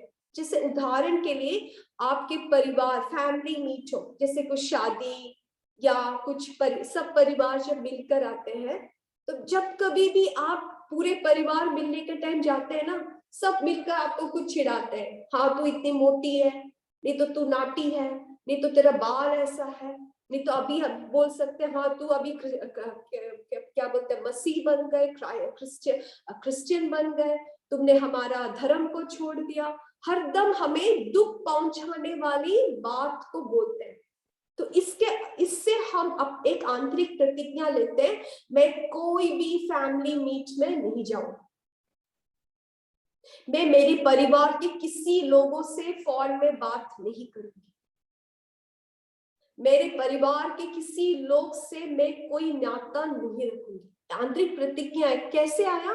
बार बार आपको वहां से कुछ दुखित घटनाएं आपके जीवन में हुआ, इससे आप एक आंतरिक प्रतिज्ञा ले रहे हैं। या तो आप आंतरिक प्रतिज्ञा ले रहे हैं, आपको जो सिचुएशन पसंद नहीं था उसमें अभी आपको वापस नहीं जाना है। जैसे कि वो जो छोटी लड़की के बारे में मैंने कहा कि उसने आंतरिक प्रतिज्ञा लिया, मैं कभी पब्लिक स्पीकिंग नहीं करूंगी, लोगों के सामने मैं कभी खड़ा होकर कुछ मुझे कहने का अवसर मिले तो मैं कभी वो अवसर नहीं लूंगी। क्यों? उसको एक पेनफुल इंसिडेंट हुआ उसके जीवन में, उसके कारण वो ऐसे ले रही है। तो अभी वो बड़ी भी हो गई, अभी आपको अवसर भी मिल रहा है। हो सकता है किसी टाइम पर रिपीटेडली आप कुछ स्टेज में थे, नहीं तो आपको दूसरों के सामने कुछ कहना पड़ा, आप अच्छी तरीके से कह नहीं सके, तो आपने एक आंतरिक प्रतिज्ञा लेनी, नहीं मुझसे ये नहीं होगा, मैं कभी दूसरों के सामने खड़ा नहीं हो सकती, मैं कभी दूसरों के सामने कुछ बोल नहीं सकती। आप आंतरिक प्रतिज्ञा ले रहे, तो ऐसा भी हो सकता है। और चौथा है, हम क्या बोलते हैं, सकारात्मक प्रतिज्ञा भी ले सकते हैं जो परमेश्वर के सेंटर्ड नहीं है। मैं उसको जैसे कि एक्सप्लेन करूंगी, आपको तब समझ में आएगा। जैसे कि I will be nice to everyone, मैं सबके लिए एक अच्छी लड़की बनूंगी, सबके लिए मैं एक अच्छा आंटी बनूंगी, मैं किसी को डांटूंगी नहीं, किसी को दुख नहीं पहुंचाऊंगी। ये अच्छा है ना? एक अच्छा एक प्रतिज्ञा है ना? सकारात्मक प्रतिज्ञा है। लेकिन आप देखिए, आपने किसी गलती को देखा। अभी एग्जाम्पल के लिए मेरे उदाहरण, क्योंकि मैं अपने जीवन से बोलने से तो ठीक है ना, मैं दूसरे किसी के बारे में नहीं कह रही। तो पेरेंट्स टीचर्स पेरेंट्स मीटिंग हुआ, तो हमें बच्चों से कंप्लेन मिला कि उनके बीच उनको पढ़ाने वाला एक जो सर है, तो वो बच्चों से अच्छा बर्ताव नहीं कर रहे, और क्लास में जो बच्चों से जैसे बात करना है, उनका कुछ बुरा अनुभव बच्चों से शेयर कर रहे। तो बच्चे पहले तो नहीं कर रहे, लेकिन मैंने एक दिन सुना कि ये बच्चे आपस में फोन में सर ने ऐसा कहा कर कह रहे, एक दूसरे से कह रहे। तो ये मुझे अच्छा नहीं लगा, तो मैंने पूछा कि क्या हो रहा है, तो बोला कि वो सर ना ऐसे ऐसे अनुभव बोल रहे हैं, उनके साथ ऐसा हुआ। तो अच्छा नहीं है, बच्चों से ये सब बोलने का कोई जरूरत नहीं है। तो मैंने बोला कि क्या ये प्रिंसिपल नहीं जानते, दूसरे टीचर्स नहीं जानते? तो बोला कि नहीं टीचर, मैंने बोला कि प्रिंसिपल तो राउंड में आते हैं, क्या सर ने नोटिस नहीं किया? हाँ, मैंने देखा कि एक हफ्ता उनके क्लास में कोई चैप्टर नहीं लिया, रोज ये सर आके उनका कुछ साउथ अफ्रीका में कुछ अनुभव था वो एक्सप्लेन करते। तो मैंने बोला क्या आपका प्रिंसिपल चेक नहीं करते? एक हफ्ता हुआ आपको कुछ नहीं पढ़ाया, मैथ्स है, एक चैप्टर भी नहीं लिया तो चेक नहीं करते? बोला नहीं। तो पेरेंट्स टीचर्स जब मीटिंग हुआ तब मैंने सोचा कि ये बात टीचर्स को जरूर बोलना है, लेकिन मेरे अंदर एक निर्णय कि मैं कभी कहीं जाके प्रॉब्लम मेकर नहीं होना चाहती, मैं किसी को दुख पहुंचाना नहीं चाहती, मेरे अंदर ऐसा मैंने निर्णय लिया है। तो अभी मेरे लिए बहुत संघर्ष है, देखो कुछ गलती हो रहा है and I came to know about it. Maybe दूसरे पेरेंट्स को नहीं मालूम, क्योंकि मेरे घर में मैंने जब बच्चों को फोन करते सुना, उन बच्चों ने नहीं कहा, लेकिन मैंने ओवरहियर किया और तब मैंने क्वेश्चन किया, तब मुझे समझ में आया कि ऐसे प्रॉब्लम चल रही। तो अभी मुझे क्या करना है? मेरी आंतरिक प्रतिक्रियाओं को मुझे तोड़ना है। तो I can not be nice. मुझे समझ में आया कि मैं हर दम हर व्यक्ति के लिए अच्छा बनकर नहीं रह सकती। जहां गलती है मुझे वहां पे क्या करना है? किसी को गलती समझाना है, नहीं तो डांटना है। तो मैंने कंसर्न टीचर से पब्लिकली नहीं कहा, मैंने कंसर्न टीचर से प्राइवेटली जाकर कहा कि मैडम ऐसे ऐसे बातें हो रहे, प्लीज चेक। अब बच्चों के नोटबुक देख चेक कर सकते हैं कि इस हफ्ता उनको कितना असाइनमेंट दिया गया, उनको कुछ पढ़ाया, एंड दे फाउंड आउट, और वहां पे करेक्शन हुआ। और दूसरा एक इंसिडेंट हुआ, मैं एक बार जा रही, बारिश गिर रहा है रोड पे, तो कुछ लड़कियां एक साथ चल रहे थे, उनके पास दो कुछ छतरी थे और 5 लड़कियां। तो यू जस्ट इमेजिन वो लोग छतरी पे ना मैनेज करके चल रहे, और एक लड़का साइकिल में आकर उनके बीच से ये लड़कियों को एकदम टकरा कर गया, और फिर वो वापस आ रहा है, इनके ऐसे ही इज डूइंग सम बदमाशी। तो मुझे गुस्सा आया, छोटा लड़का है, मैंने बोला अरे बेटा तू क्या कर रहा है? एक तो इतना बारिश हो रहा है, वो लड़की लोग छतरी नहीं है, आप क्या कर रहे हैं? तो मैंने डांटा तो वो लड़का वहां से चला गया। तो मैं क्या बोल रही हूँ, कभी कभी जो सकारात्मक प्रतिक्रिया भी हम लेते हैं, अगर हम उस पे अटल रहते तो हम वी आर समटाइम्स साइडिंग सिन, पाप को हम पाप के साथ मिल रहे हैं। तो ये सब आपके जीवन के अनुभव में आप देखना है कि क्या कुछ ऐसे, क्योंकि मुझे बहुत मुश्किल था वो टीचर के बारे में कंप्लेन करना। मैंने बोला कि प्रभु मैं कैसे करूं, मुझे पसंद नहीं है जाकर ऐसे कंप्लेन करना, ऐसे करना, बट आई नो कुछ पाप हो रहा है, बच्चों के जीवन में गलत इंफॉर्मेशन उनको दिया जा रहा है, बच्चों का थॉट पैटर्न गलत हो रहा है, खराब हो रहा है, I have to take action. So मेरे वो आंतरिक प्रतिज्ञा को मुझे समझ में आया मैं क्यों ऐसे बिहेव कर रही हूँ, क्योंकि मेरे अंदर ऐसा एक सोच है कि I have to be nice to everyone, I should not like मैं जो दूसरों को दुख, जरूर वो सर को दुख पहुंचा, बट कितने बच्चे को मैंने हेल्प किया, कितने बच्चों के लिए वो हेल्पफुल था, इवन टीचर्स, इवन प्रिंसिपल। जब मैं बात में गई तो sir was saying I am thankful sister that आपने इसको इन्फॉर्म किया बोलकर, तो वो अच्छा हुआ।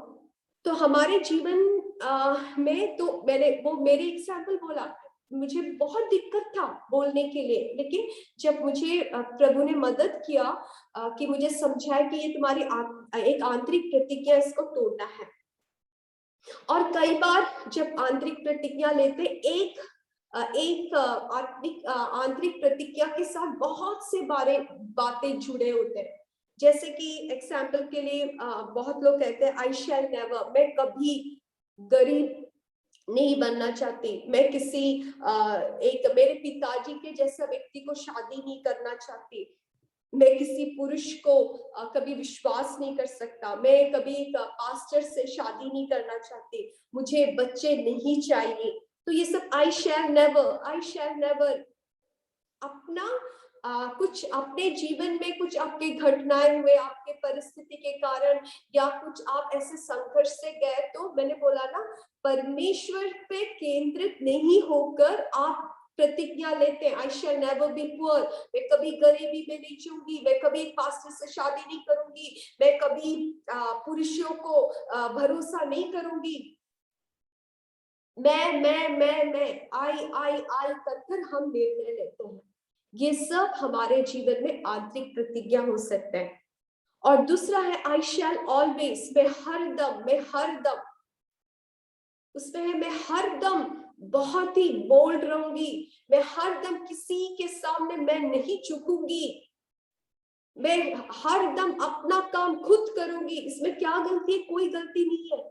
लेकिन कई परिस्थिति में यही हमारा आंतरिक प्रतिज्ञा हमारे जीवन के लिए बाधा ला सकते हैं, because this are not God centered. ये परमेश्वर पर केंद्रित नहीं है। आपके अनुभव से आपके जीवन में कुछ नकारात्मक अनुभव हुआ और आपके जीवन में कुछ नकारात्मक विश्वास हुआ, उसके ऊपर आप ऐसे प्रतिज्ञा ले रहे, मैं हरदम कहीं भी जाऊं मैं किसी के अधीन में नहीं रहूंगी, मैं वहां पर चार्ज ले लूंगी। आप ऐसे लोगों को देखे होंगे, वो कोई ग्रुप में आ जाए किसी का नहीं सुनता, मुझे अपना ही चलना है, मैंने जो बोला वही सबको सुनना है, किसी का नहीं सुनता। तो उनकी गलती नहीं है, क्या है? उनका अंदर ऐसा प्रतिज्ञा उनको अंदर ले लिया है कि मैं जहां भी जाऊं ना मैं किसी के अधीन में नहीं रहूंगी, क्योंकि वो मुझे कंट्रोल करे, और उनका स्वभाव भी ऐसा बन जाता है।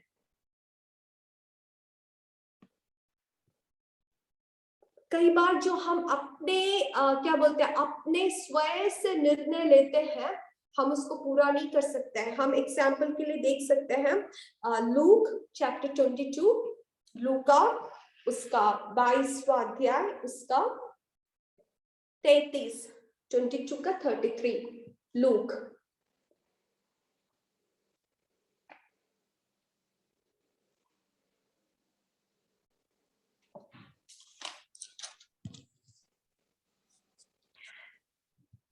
उसने उससे कहा, हे प्रभु, मैं तेरे साथ बंदीगृह जाने वरन मरने को भी तैयार हूँ। आपको मालूम है कि यहाँ पे क्या बोलते हैं, टीचर कह रहा है, पत्रोस कहता है, लेकिन आपको मालूम है कुछ क्षणों के बाद ही उसने क्या किया? यीशु मसीह का इनकार कर दिया, है ना? तो यहाँ पे वो अपने बल से कह रहा है, प्रभु मैं तेरे लिए मरने के लिए तैयार हूं। हम भी बोलते हैं ना, प्रभु मैं ये करूंगी वो करूंगी, अपने बल से कहते हैं। लेकिन हम जानते हैं पत्र यूहन्ना के सुसमाचार में लास्ट में जब यीशु मसीह पत्रोस से कहता है, क्या तुम मुझसे प्यार करते हो? जब 3 बार पत्रोस से पूछता है, पत्रोस टूट जाता है। पत्रोस को मालूम है कि प्रभु आपके करुणा के बिना मैं अपने अंदर में अपने आप से कुछ भी नहीं कर पाऊंगा। तो कई बार आप भी सोचते, आप जनवरी को नहीं तो दिसंबर 31 को ऐसे निर्णय लेते हैं, प्रभु ये साल 2 घंटा में वर्शिप करूंगी, ये साल में 2 घंटा प्रार्थना करूंगी। लेकिन जनवरी महीना के बाद ही हमारा सब प्रतिज्ञा टूट जाते हैं, है ना? ये सब हम अपने फ्लैश में करते हैं। तो प्रार्थना करना है कि प्रभु मैं जो भी करूं आप पे केंद्रीकृत होकर करूं। ये जस्ट मैंने एक एग्जाम्पल दिखाया। कई बार देखो पत्रस यहाँ पे एक सकारात्मक प्रतिज्ञा कर रहा है, प्रभु मैं आपके लिए मरने के लिए तैयार हूँ, जेल में जाने के लिए तैयार हूँ, लेकिन अपने फ्लैश पर निर्भर होकर। तो जब भी हम प्रतिज्ञा लेते हैं, आप देखो आप प्रभु पे निर्भर होकर कर रहे हैं, प्रभु आपकी सहायता की जरूरत है, मैं प्रार्थना करना चाहती हूँ प्रभु, मैं मध्यस्थ प्रार्थना में जाना चाहती हूँ, मैं राज्यों के लिए प्रार्थना करना चाहती हूँ, मैं भारत के लिए प्रार्थना करना चाहती हूँ, प्रभु आपकी अभिषेक से भरते, आपकी मदद की जरूरत है प्रभु। अपने आप को हम्बल करे, समर्पण करे, परमेश्वर पर निर्भर हो, तो प्रभु वो प्रतिज्ञाओं को पूरा करने को जरूरत मदद करेगा। मैं जल्दी से एक लिस्ट पढ़ती हूँ, तो इसमें आपको लगे कि आपको कैसे समझ में आए कि आपके अंदर है क्या। तो अभी मैं इतने बातों को बोला, तो is it related to you? आपसे कुछ संबंधित है तो कुछ मैं बातों को बोलूंगी, आपको लगे कि हाँ ये मेरे जीवन में है, क्योंकि हमें अपने करेक्शन के लिए तो हम सुन रहे हैं ना, तो आपको लगता है तो प्लीज उसको नोट कर रखिएगा। तो ऐसे आंतरिक प्रतिक्रिया जो जनरली जो लोग बनाते हैं उसको मैं बोलना चाहती हूँ। ऐसा है कि I will never again let anyone hurt me. Okay, कभी मैं दूसरों को अवसर नहीं दूंगी कि वो मुझे दुख दे, मैं कभी दूसरों को अवसर नहीं देना चाहती, इसलिए मैं किसी के निकट जाना नहीं चाहती, मैं किसी से दोस्ती बनाना नहीं चाहती। ऐसे आपके जीवन में विचार आया है? मैं किसी से भी करीब जाऊं, किसी से भी अच्छा फ्रेंडशिप करूं तो मुझे दूसरे लोगों से चोट मिलता है, इसलिए मैं हरदम अपने आप को सबसे दूर रखूंगी। अगर ऐसा आपके अंदर सोच है तो ये एक आंतरिक प्रतिज्ञा है। और दूसरा सोच कॉमन है कि मैं अपना काम खुद करूंगी, मैं दूसरे को कभी भरोसा नहीं करूंगी, दूसरे लोग मुझे हरदम धोखा देंगे। अगर ऐसा सोच है तो ये भी एक आंतरिक प्रतिज्ञा है। मैं दूसरे को कभी भरोसा नहीं कर सकती, कुछ काम उनको सौंपेंगे तो वो गड़बड़ करेंगे, वो कभी अच्छा से नहीं करेंगे, ऐसे सोच।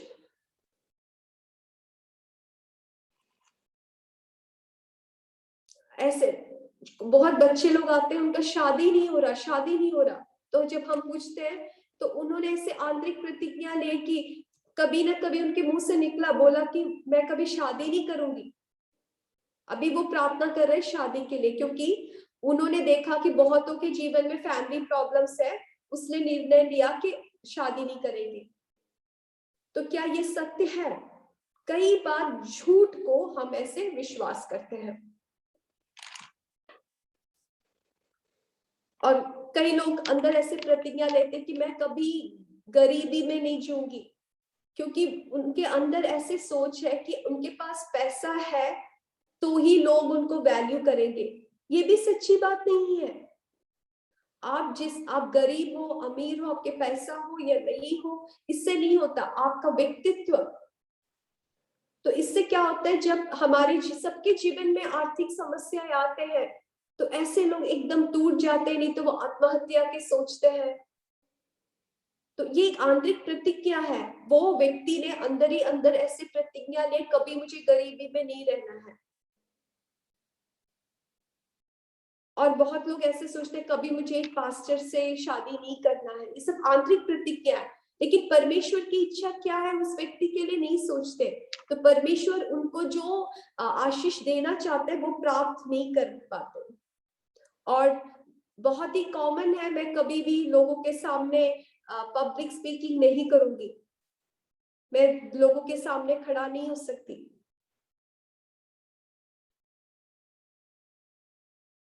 अगर आपके जीवन में भी कभी आपको खड़ा होना पड़ा, कुछ बोलना पड़ा, वहां पे कुछ गलती हो गए और आप सोचते नहीं कभी मुझे ऐसा अवसर मिले तो मैं नहीं बोलूंगी, नहीं करूंगी, तो ऐसा है तो आपको बदलना है। तो अभी हम बाइबल से देखेंगे कि आंतरिक प्रतिज्ञाएं किस प्रकार से लोगों के जीवन में बाधाओं को डालता है। तो सबसे पहले उत्पत्ति की किताब में हम जाएंगे। उत्पत्ति का किताब, उसका 3रा अध्याय, उसका 1 से लेके 6 पद तक हम इस कहानी को अच्छी तरीके से जानते हैं, लेकिन इसके अंदर की सच्चाई को जानना बहुत जरूरी है। हम हरदम आदम को और हव्वा को हम क्या बोलते हैं, दोष देते हैं, लेकिन यही हादसा, यही बातें हमारे जीवन में हम भी रिपीटेडली कर रहे हैं। उत्पत्ति का किताब 3रा अध्याय, उसका 1 से लेके 6 तक पढ़िए। यहोवा परमेश्वर ने जितने बैनेल पशु बनाए थे उन सब में सर्प धुरता था। उसने स्त्री से कहा, क्या सच है कि परमेश्वर ने कहा, तुम इस वाटिका के किसी वृक्ष का फल ना खाना? स्त्री ने सर्प से कहा, इस वाटिका के वृक्षों के फल हम खा सकते हैं, पर जो वृक्ष वाटिका के बीच में है उसके फल के विषय में परमेश्वर ने कहा है कि ना तुम उसको खाना और ना उसको छूना, नहीं तो मर जाओगे।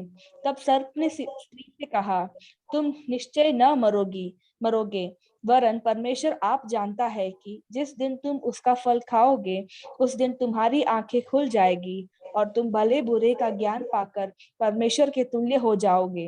अतः जब स्त्री ने देखा कि उस वृक्ष का फल खाने के लिए अच्छा और देखने में मन भाव और बुद्धि देने के लिए चाहने योग्य भी है, तब उसने उसमें से तोड़कर खाया और अपने पति को भी दिया, उसने भी खाया।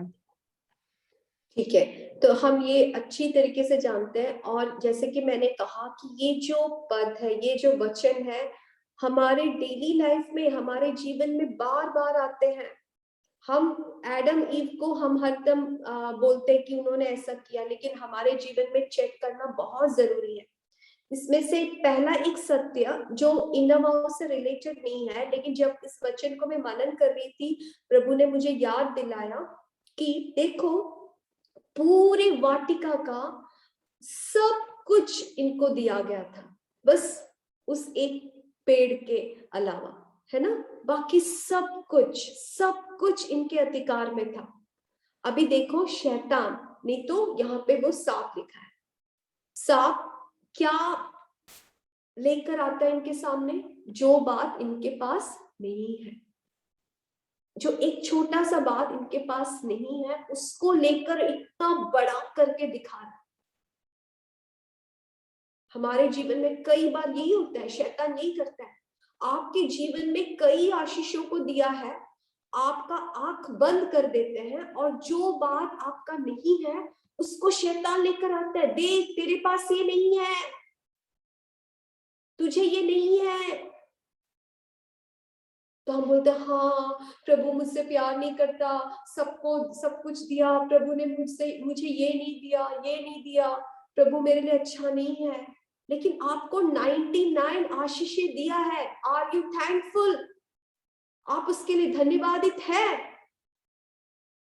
एक छोटा सा बात आपको नहीं है, अभी उपलब्ध नहीं है, इसके लिए शैतान एक करा रहा है। देखो वो धोखा देने वाला है। इसलिए आप में से कोई भी आपके जीवन के कुछ परिस्थिति को देखकर, अरे मेरा जीवन में ऐसा क्यों है, मैं ऐसे क्यों हूं, मेरी अवस्था ऐसा क्यों है, आप पूछते हैं, आप दूसरे और देखिए प्रभु ने कितने आशीषों से आपका जीवन को भर दिया है। सबसे बड़ा आशीष आपने यीशु को पाया है। Hallelujah, hallelujah. ब्लेसिंग जो है, आशीष जो है, वो और कुछ नहीं, यीशु मसीह है। इस दुनिया में सबसे बड़ा आशीष को आपने पाया है। आपसे और कोई आशीषित व्यक्ति नहीं है, क्योंकि आपके अंदर यीशु है। आप सबसे आशीषित व्यक्ति है। और दूसरे किसी घर का या दूसरे किसी परिवार का छोटा सा एक बात को देखकर, ओ मुझे ऐसा नहीं है, मेरे परिवार में ऐसा नहीं है, हमारे ये कमी है, कमी है, कमी है कर कर रो रहे। शैतान उसका फायदा उठाते हैं। ठीक है, इसके दूसरी ओर में आना चाहती हूँ कि देखिए यहाँ पे शैतान आकर इनसे क्या कहता है? झूठ, लाई, पक्का झूठ कह रहा है। 5वें पद में क्या कहता है वो? शैतान कह रहा है परमेश्वर तो जानता है कि जिस दिन तू उसमें से खाएगा तुम्हारी आंखें खुल जाएगी और तुम भले और बुरे के ज्ञान प्राप्त करोगे और परमेश्वर के समान हो जाओगे। तो अभी यहाँ पे परमेश्वर के विरोध में सोच इनके अंदर डाल रहे। तो मैं सोच रही थी, देखो ये इनका जन्म तो नहीं हुआ ना, एडम ईव का जन्म नहीं हुआ, परमेश्वर ने उनका सृष्टि किया है ना। तो उनकी सृष्टि करने के समय से किसको देख रहे हैं? परमेश्वर को देख रहे हैं। और रोज शाम परमेश्वर इनके साथ आकर वाटिका से चलते थे, है ना। कितने आशीषमय एक था, और अचानक कहां से ये सांप आ गया और जो बोला और उन्होंने विश्वास किया। देखिए कितना धोखा देने वाला है। और ऐसा स्कॉलर्स का, ज्ञानी लोग का कहना है कि हम यहाँ पे जब देखते हैं कि सांप आकर कहा, तो ये एक दिन का बात नहीं है। ये सांप बार बार बार बार ये स्त्री से कहता था कि देखो ये फल अच्छा है, इसको खा लो, कुछ नहीं होगा। देखो परमेश्वर पूरा आशीष तुम लोग नहीं पाना है, उसने तुमसे ऐसा कहा है। झूठ बोल रहे। और वो झूठ को ये स्त्री ने क्या किया? विश्वास किया। उसका 6वां पद में देख सकते हैं, उसने उसको विश्वास किया। उसने सोचा हाँ ये खाने के लिए अच्छा है, देखो आप, और आंखों के लिए लुभावना है और बुद्धि के लिए भी अच्छा है। उसने ये झूठ को पूरा विश्वास कर परमेश्वर की आज्ञा को तोड़ रहा है। तो इसमें हम समझते हैं कि यहाँ पे हम इन्नर वाव करके नहीं देखते, लेकिन इसमें एक बात हम समझ सकते हैं कि उसने, वो औरत ने, वो स्त्री ने ऐसा क्यों किया। उसके अंदर ऐसा सोच आया होगा कि देखो, परमेश्वर हमारी भलाई के लिए हर बातें नहीं दे रहा, कुछ वो हमसे छीन रखा है, कुछ हमसे वो छुपा रखा है। हम परमेश्वर पर पूरा भरोसा नहीं कर सकते, तो किसी किसी कार्य ना हम अपना मन से भी करना है, सब कुछ परमेश्वर का सुनने का जरूरत नहीं है। ऐसा बिलीव, ऐसा सोच उसका अंदर आया, और उसका अंदर ऐसी एक आत्मिक प्रतिज्ञा आई कि मैं हरदम परमेश्वर पर भरोसा नहीं कर सकती। हरदम मैं परमेश्वर पर भरोसा करने से कुछ मुझे बहुत लाभदायक चीज में खो सकती हूँ। वही उनको लग रहा है ना कि वो फल, शैतान क्या बोल रहा है, सांप क्या बोल रहा है, कुछ नहीं होता, तुम परमेश्वर के जैसे बनोगे, तुम्हें ऐसा ऐसा मिलेगा। तो उनका अंदर सोच आया कि प्रभु इनसे कुछ छुपा रखा है। तो हर एक लाई, हर एक झूठ के पीछे क्या होता है, एक आंतरिक प्रतिज्ञा लेते हैं, और इसके द्वारा वो पाप में गए। तो ये मेरा सोच है। अगर मैं सोचती हूँ कि अगर ईव, और वो ऐसे सोचती थी, जब सांप आके कहा कि कुछ नहीं होता, आप ये फल खा लो, आप परमेश्वर के जैसे बनेंगे, तो ये इसको ऐसा बोलना था, ठीक है आज शाम को जब प्रभु आएंगे मुझसे बात करने के लिए, मैं प्रभु से पूछती हूँ, प्रभु क्या आपने ये भलाई हमसे छुपा रखा था, क्यों हमें ये नहीं दिया। अगर वो पूछते तो प्रभु उसको करेक्ट आंसर देते, है ना, करेक्ट आंसर मिलता। तो मैंने भी मेरे मन में सोचा है कि मैं बहनों को बोलूं, आपके जीवन में कोई नकारात्मक ऐसे सोच है, प्रभु पे हम हरदम भरोसा नहीं कर सकते, किसी किसी बात पर ना हम अपना इच्छा कर लेना है, सब कुछ पास्टर से पूछने का जरूरत नहीं, कुछ कुछ हमें नहीं बोल के भाई उनको नहीं जानते हुए कुछ कुछ कर लेना है। ये तो परिवार में पति से सब कुछ बोलने का जरूरत नहीं है, कुछ कुछ अपने मनमानी भी कर लेना है। ऐसा सोच आने से तो आप पूछिए, पति से पूछिए, नहीं तो प्रभु से पूछिए, स्वर्गीय पिता मेरे मन में ऐसा सोचा है, क्या ठीक है, सांप ने कहा कि ये फल खा लो मैं प्रभु के जैसे बन जाऊंगी, आप क्या बोलते हैं। तो जरूर स्वर्गीय पिता उसका अच्छा आंसर देते थे, है ना। तो ईव को कैसा धोखा दिया, और वो झूठ जो है, लाई बोलकर उसके अंदर उसने एक आंतरिक प्रतिज्ञा ली, उसके कारण ही वो एक्शन लिया। वो ऐसे जाकर वो बोला तो जाके फल खाया नहीं, उसके अंदर ये डिसीजन, ये निर्णय लेने के लिए टाइम लगा। लास्ट में उसने सोचा, हाँ प्रभु को मैं हरदम भरोसा नहीं कर सकती, देखो इतना एक अच्छा फल मुझे नहीं दिया,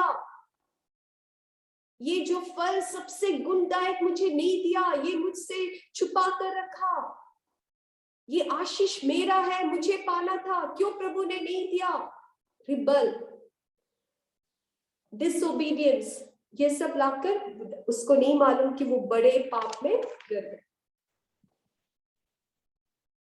और जैसे कि हमने और एक इसको भी पढ़ेंगे, मैथ्यू चैप्टर 26 33 से 35 तक, मत्ती उसका 26वां अध्याय उसका 33 से 36 पद तक, 35 तक, 33 to 35, मैथ्यू 26। इस पर पतरस ने उससे कहा, यदि सब तेरे विषय में ठोकर खाए तो खाए, परंतु मैं कभी ठोकर न खाऊंगा। यीशु ने उससे कहा, मैं तुझसे सच कहता हूँ कि आज ही रात को मुर्गी के बांग देने से पहले तू 3 बार मुझसे मुकर जाएगा। पतरस ने उससे कहा, यदि मुझे तेरे साथ मरना भी पड़े तो भी मैं तुझसे कभी ना मुकरूंगा। और ऐसा ही सब चेलों ने भी कहा। तो मैंने जैसे पहले कहा, ये भी है कि पीछे यहाँ पे अपने ऊपर भरोसा कर कर यीशु से कहता है, लेकिन वो कुछ भी पूरा नहीं कर पाया। तो हमने अभी तक देखा कि जो आंतरिक प्रतिज्ञा हम अनजाने भी ले सकते हैं, कुछ कुछ जब घटना हमारे होते नहीं जानकर हम लेते हैं, नहीं तो हमारे घर में मेरे बच्चे ठीक नहीं होंगे, मैं कभी इनको कुछ गाली नहीं दूंगी, इनको कुछ बताऊंगी नहीं। ऐसे छोटे छोटे प्रतिज्ञा लेते वो हमारे जीवन में रुकावट बन सकते हैं। और मेरे एक अनुभव से शेयर करना चाहती हूँ, कई लोग ऐसे बोलते हैं ना कि वचन कन्फर्स करते हैं। तो मेरे जीवन में भी कुछ कठिनाई थी, जैसे कि मैंने आरंभ में कहा, मैं पहले भी मैंने कहा कि मुझे पब्लिक स्पीकिंग या लोगों के सामने बोलना, एक तो अभी मुझे भाषा में बहुत प्रॉब्लम है। मैं आप सबको बहुत धन्यवाद करती हूँ क्योंकि मेरा ये टूटा फूटा हिंदी विदाउट ग्रामर आपने इतनी शांति से सुना, क्योंकि अभी लगभग 25 इयर्स हो गए मुझे कंप्लीटली मैं हिंदी भाषा यूज नहीं कर रही। तो मेरा अभी सब खिचड़ी जैसा है, हिंदी भी नहीं, मलयालम भी नहीं, इंग्लिश भी नहीं। लेकिन कभी कई बार मुझे जब अवसर मिलता है मैं बोलती हूँ प्रभु मेरा हिंदी नहीं ठीक है, इंग्लिश ठीक नहीं है, मलयालम ठीक नहीं है। तो प्रभु मुझे वहां भी सिखाए कि देखो मुझे तुम्हारा हिंदी या इंग्लिश या कुछ नहीं चाहिए। प्रभु ने बोला कि तुम्हें जो अवसर मिलता है प्रभु में आश्रय कर कर आप बोलो, आपने जो पाया, आपके जीवन से जो आशीष को पाया आप उसको दो। तो मैंने वही बोला कि मैंने जैसे आरंभ में कहा मैं अपना अनुभव बोलूंगी, तो मैं अपने आप को जॉयस मेयर के साथ मुझे तुलन नहीं करना है ना, मैं किसी और के साथ मुझे तुलन नहीं करना है। प्रभु ने जो मुझे दिया है जब मैं उसका इस्तेमाल करती हूँ तभी प्रभु मुझे आशीष देगा। आप सबसे बहुत बुरा हिंदी बोलती हूँ, लेकिन मुझे प्रभु ने इतना हिम्मत दिया कि मुझे प्रभु जी ने जो सिखाया मैं आपको शेयर कर सकूं। तो आप सबको बहुत अच्छा लैंग्वेज दिया है, तो जरूर आप ये दूसरों को सिखाना है। जब भी आपको अवसर मिले कभी पीछे हटना नहीं, आप उस अवसर का इस्तेमाल करना है। तो हमारी आंतरिक प्रतिज्ञा कभी हमें रोकना नहीं है। तो मैं यही कह रही थी, I can do all things through Christ who strengthens me. तो मैं ये हरदम बोलती थी, हाँ I can do all things. Philippians 4:13 में कहा है ना, फिलिपियो 4:13 में मैं यीशु मसीह के सामने okay Marin can you read that, Philippians chapter 4 verse 13।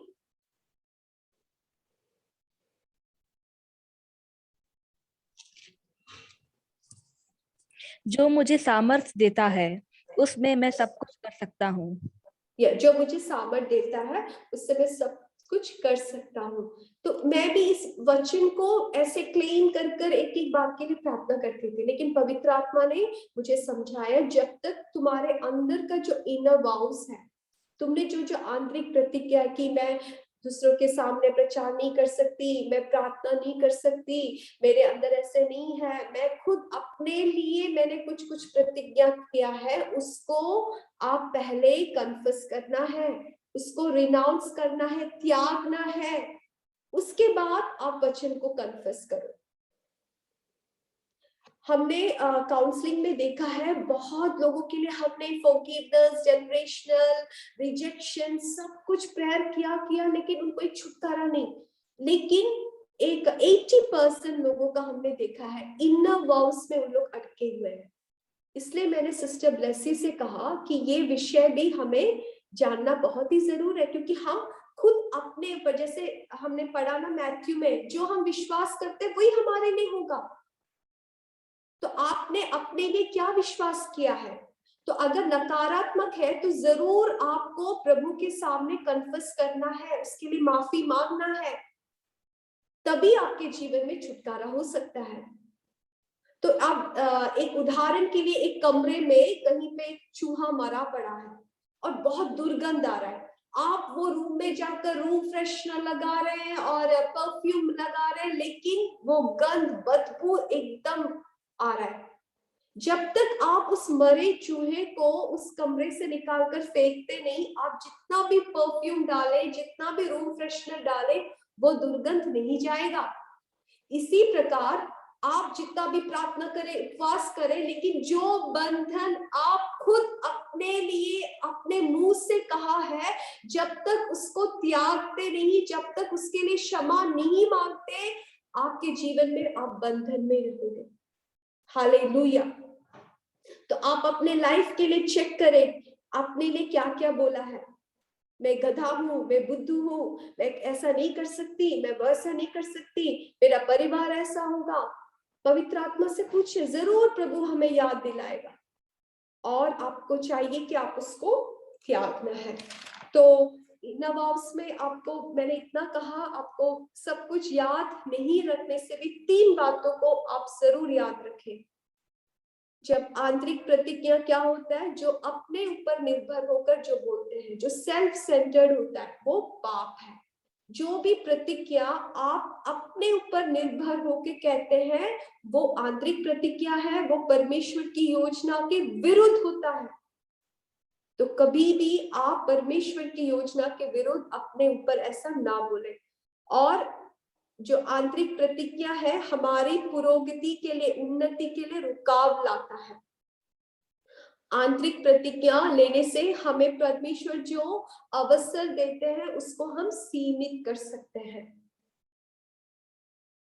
तो अभी जस्ट हम प्रार्थना में जाएंगे, मैं जनरली प्रेयर करूंगी, लेकिन अभी कितने लोग हैं, एक व्यक्ति एग्जाम्पल के लिए आपको जब ये वचन सुना, अब कोई एक व्यक्ति रिस्पॉन्ड कर सकता है एक विषय पर कि हाँ, मेरे अंदर ऐसे एक आंतरिक प्रतिज्ञा थे, ताकि मैं आपको दिखाऊं कि उस विषय के लिए कैसे प्रेयर करना है। कौन बोल सकते हैं कोई एक विषय? जैसे कि कोई मुझे समझता नहीं, परमेश्वर भी मेरा नहीं सुनता, मैं अकेला हूं, हरदम मैं अकेला हूं, ऐसे कुछ भी बात। I do not want to make a link with more people. Okay, this is Sabita. Okay.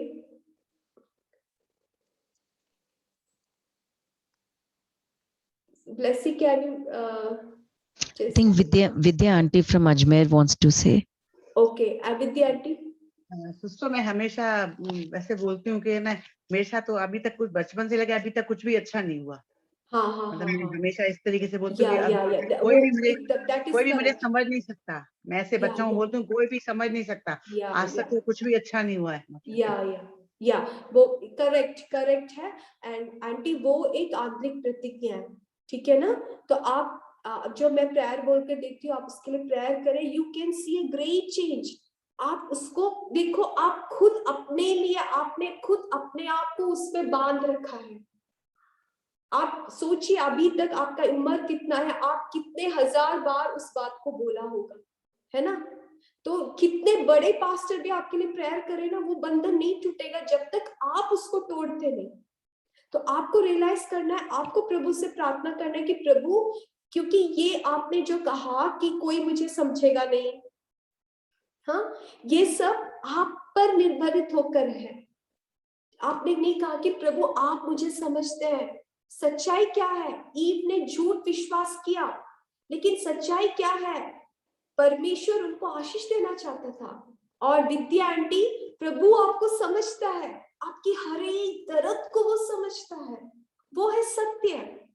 और शैतान ने आपको झूठ में आपको धोखा देकर रखा है और आपसे ऐसे कहलाते रहा ताकि परमेश्वर की आशीष आपके ऊपर ना आए। तो जब देखिए सिस्टर, ये आंटी ने जो बोला, आपके जीवन में जरूर होगा, एक नहीं, एक से ज्यादा इनर वॉक्स होंगे। आज ही आप इस विषय के लिए प्रार्थना करें, लिख कर रखें, बहुत इंपॉर्टेंट है। आप जब इसको तोड़ते हो, है ना, इसको जो ब्रेक करते हो, फॉरगिवनेस मांगते हो, you can see A change. आपके जीवन में जरूर आप एक बदलाव को देख सकोगे।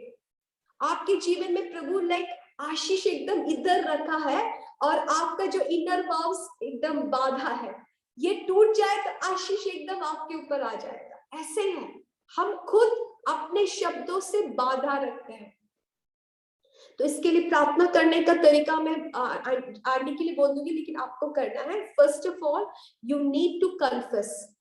जब प्रार्थना करते हैं ना, आपको क्या करना है?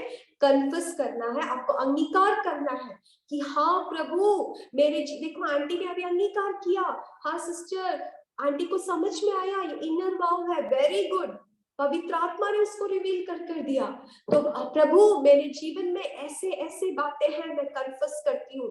और उसके लिए पश्चाताप करना है। प्रभु मैंने जो ऐसे अपने लिए सोचा ना, मुझे माफ करो, मैंने वो पाप किया है, मैंने सेल्फ सेंटर्ड होकर सोचा है, मैं प्रभु कभी भी आप पर निर्भर नहीं हुआ।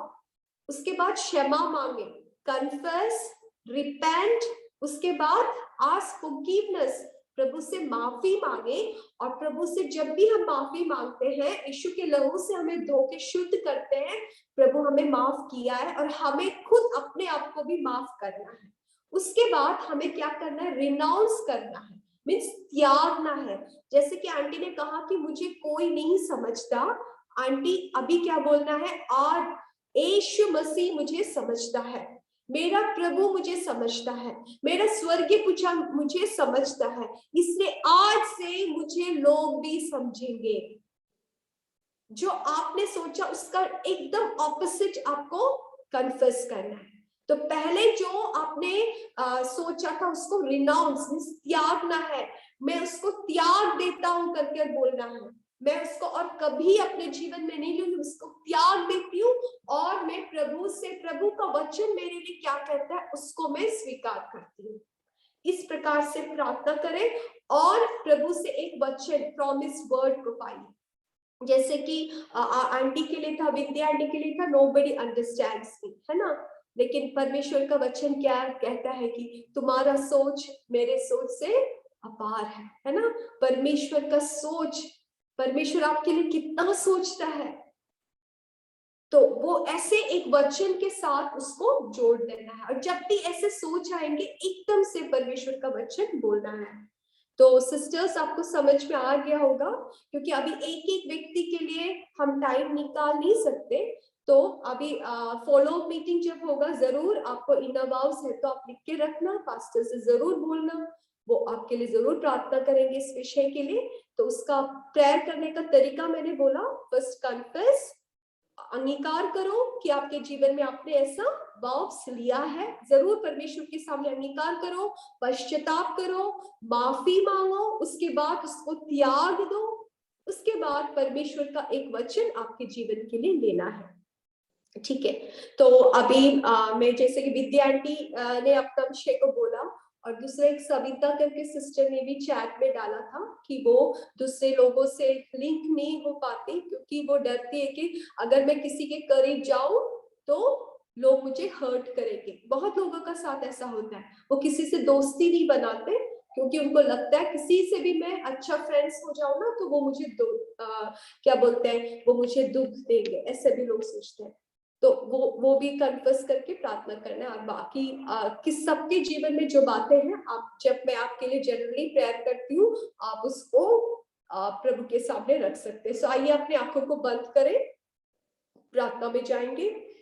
धन्यवाद यीशु, धन्यवाद स्वर्गीय पिता, हम यीशु मसीह के नाम से आपके सन्मुख आते हैं प्रभु। आज का प्रभु ये शाम के समय के लिए धन्यवाद। आपके वचन से हमने प्रभु समझाया, खासकर आंतरिक प्रतिज्ञाओं के बारे में। प्रभु हमारे अनजाने में हमने कई बातों में प्रभु ऐसी आंतरिक प्रतिज्ञा लिए हैं जो परमेश्वर पे केंद्रीकृत नहीं है। हमारे ऊपर हमारे नकारात्मक अनुभव में हमने ऐसे नकारात्मक विश्वास किया और हमने आंतरिक प्रतिज्ञाएं ले। खासकर जैसे विद्या आंटी ने कहा कि उनके जीवन में हरदम उसने ऐसा प्रतिज्ञा ली कि कोई मुझे नहीं समझता, मेरे बचपन से अभी तक कोई मुझे नहीं समझता, मेरे साथ कुछ अच्छा नहीं होगा। ये जो आंतरिक प्रतिज्ञा आंटी के अंदर थे प्रभु, आपने उसको आज उनको समझाया। होने पाए कि वो जो प्रार्थना करती प्रभु, वो पूरा उसको कन्फेस करे, उस पे पश्चाताप को प्राप्त करे और परमेश्वर की जो सच्चाई है, सत्य वचन को वो विश्वास करे प्रभु। प्रभु जैसे हमने वचन से देखा कि प्रभु किस प्रकार से हव्वा को शैतान ने धमकाया प्रभु, धोखा दिया झूठ बोलकर और उससे इतना बड़ा पाप करवाया प्रभु। प्रार्थना करते कई बार शैतान की झूठ को हम विश्वास करते हैं कि कोई हमें समझता नहीं, कोई हमें प्यार नहीं करता, किसी से मुझे करीबी रिश्ता नहीं रखना है, सब मुझे धोखा देगा। ऐसे आंतरिक आंतरिक प्रतिज्ञाएं लेकर हमारे जीवन में परमेश्वर जो आशीष को देना चाहते हैं उससे हम रोक देते हैं प्रभु। आपकी योजना को कई बार हमारे आंतरिक प्रतिज्ञा के कारण प्रभु उसको हम बाधा डाले हैं प्रभु, हमसे माफ करें प्रभु, यीशु के लहू से धोकर शुद्ध करे प्रभु। मेरे हर एक बहनों के लिए मैं प्रार्थना करती हूँ प्रभु, जो जो ये वचन को सुना, पवित्र आत्मा उनके जीवन के हर एक आंतरिक प्रतिज्ञाओं को उन्होंने जो आपके विरुद्ध लिया है, आपके वचन के विरुद्ध लिया है, आपकी प्रभु योजना के विरुद्ध लिया है, उनको दिखा दे ताकि उससे वो छुटकारा पा सके, ताकि उससे वो त्याग कर परमेश्वर के वचन के अनुसार आपकी हर एक बेटी, हर एक आपके बेटी लोग प्रभु आपके लिए इस्तेमाल हो सके प्रभु। प्रभु मेरे जीवन में बहुत सी ऐसी प्रतिज्ञाओं को आपने तोड़ा प्रभु, मुझे अभी तक इतना मदद किया, मैं वही मेरी बहनों के लिए प्रार्थना करती हूँ प्रभु, हर एक को आपके राज्य के लिए शक्तिशाली रीत में प्रभु आप खड़ा करें परमेश्वर। हमारे परिवार में, हमारे बच्चों के लिए प्रभु, हमारे रिश्तेदारों के लिए आपके लिए एक आशीष बनाकर हमें खड़ा करें प्रभु। धन्यवाद धन्यवाद प्रभु, हालेलुया प्रभु। प्रार्थना करते हर एक शैतान का झूठ को यीशु के नाम में I break it in Jesus name. हर एक शैतान का झूठ इनके मन में जो लाकर रखा है प्रभु, उनको आपकी ज्ञान दे ताकि समझ जाए कि ये शैतान का झूठ है। जिस प्रकार से हव्वा को शैतान ने झूठ बोलकर वो सच्चाई, उस आशीष से उससे बाहर निकाल दिया प्रभु, मेरे बहनों के लिए प्रार्थना करती हूँ, अगर कोई भी ऐसे झूठ में फंसा है आज के शाम प्रभु प्रार्थना करते हर एक झूठ को, शैतान की हर एक झूठ को वो रिनाउंस करे, वो त्याग कर सच्चाई को, वचन की सत्य को वो ग्रहण करे परमेश्वर। उनके जीवन में बड़े प्रभु जी आपके छुटकारे के लिए धन्यवाद देते प्रभु। पवित्र आत्मा आप हमारे साथ था, अभी तक हमें मदद किया, इसके लिए धन्यवाद देते प्रभु। सारी महिमा आदर हम आपको देते प्रभु यीशु, आपका नाम को ऊंचा करते, आपका नाम ही प्रभु आराधना की योग्य है, सारी आराधना महिमा हम आपको देते हैं। प्रार्थना सुनने के लिए धन्यवाद, यीशु मसीह के नाम से, आमेन आमेन।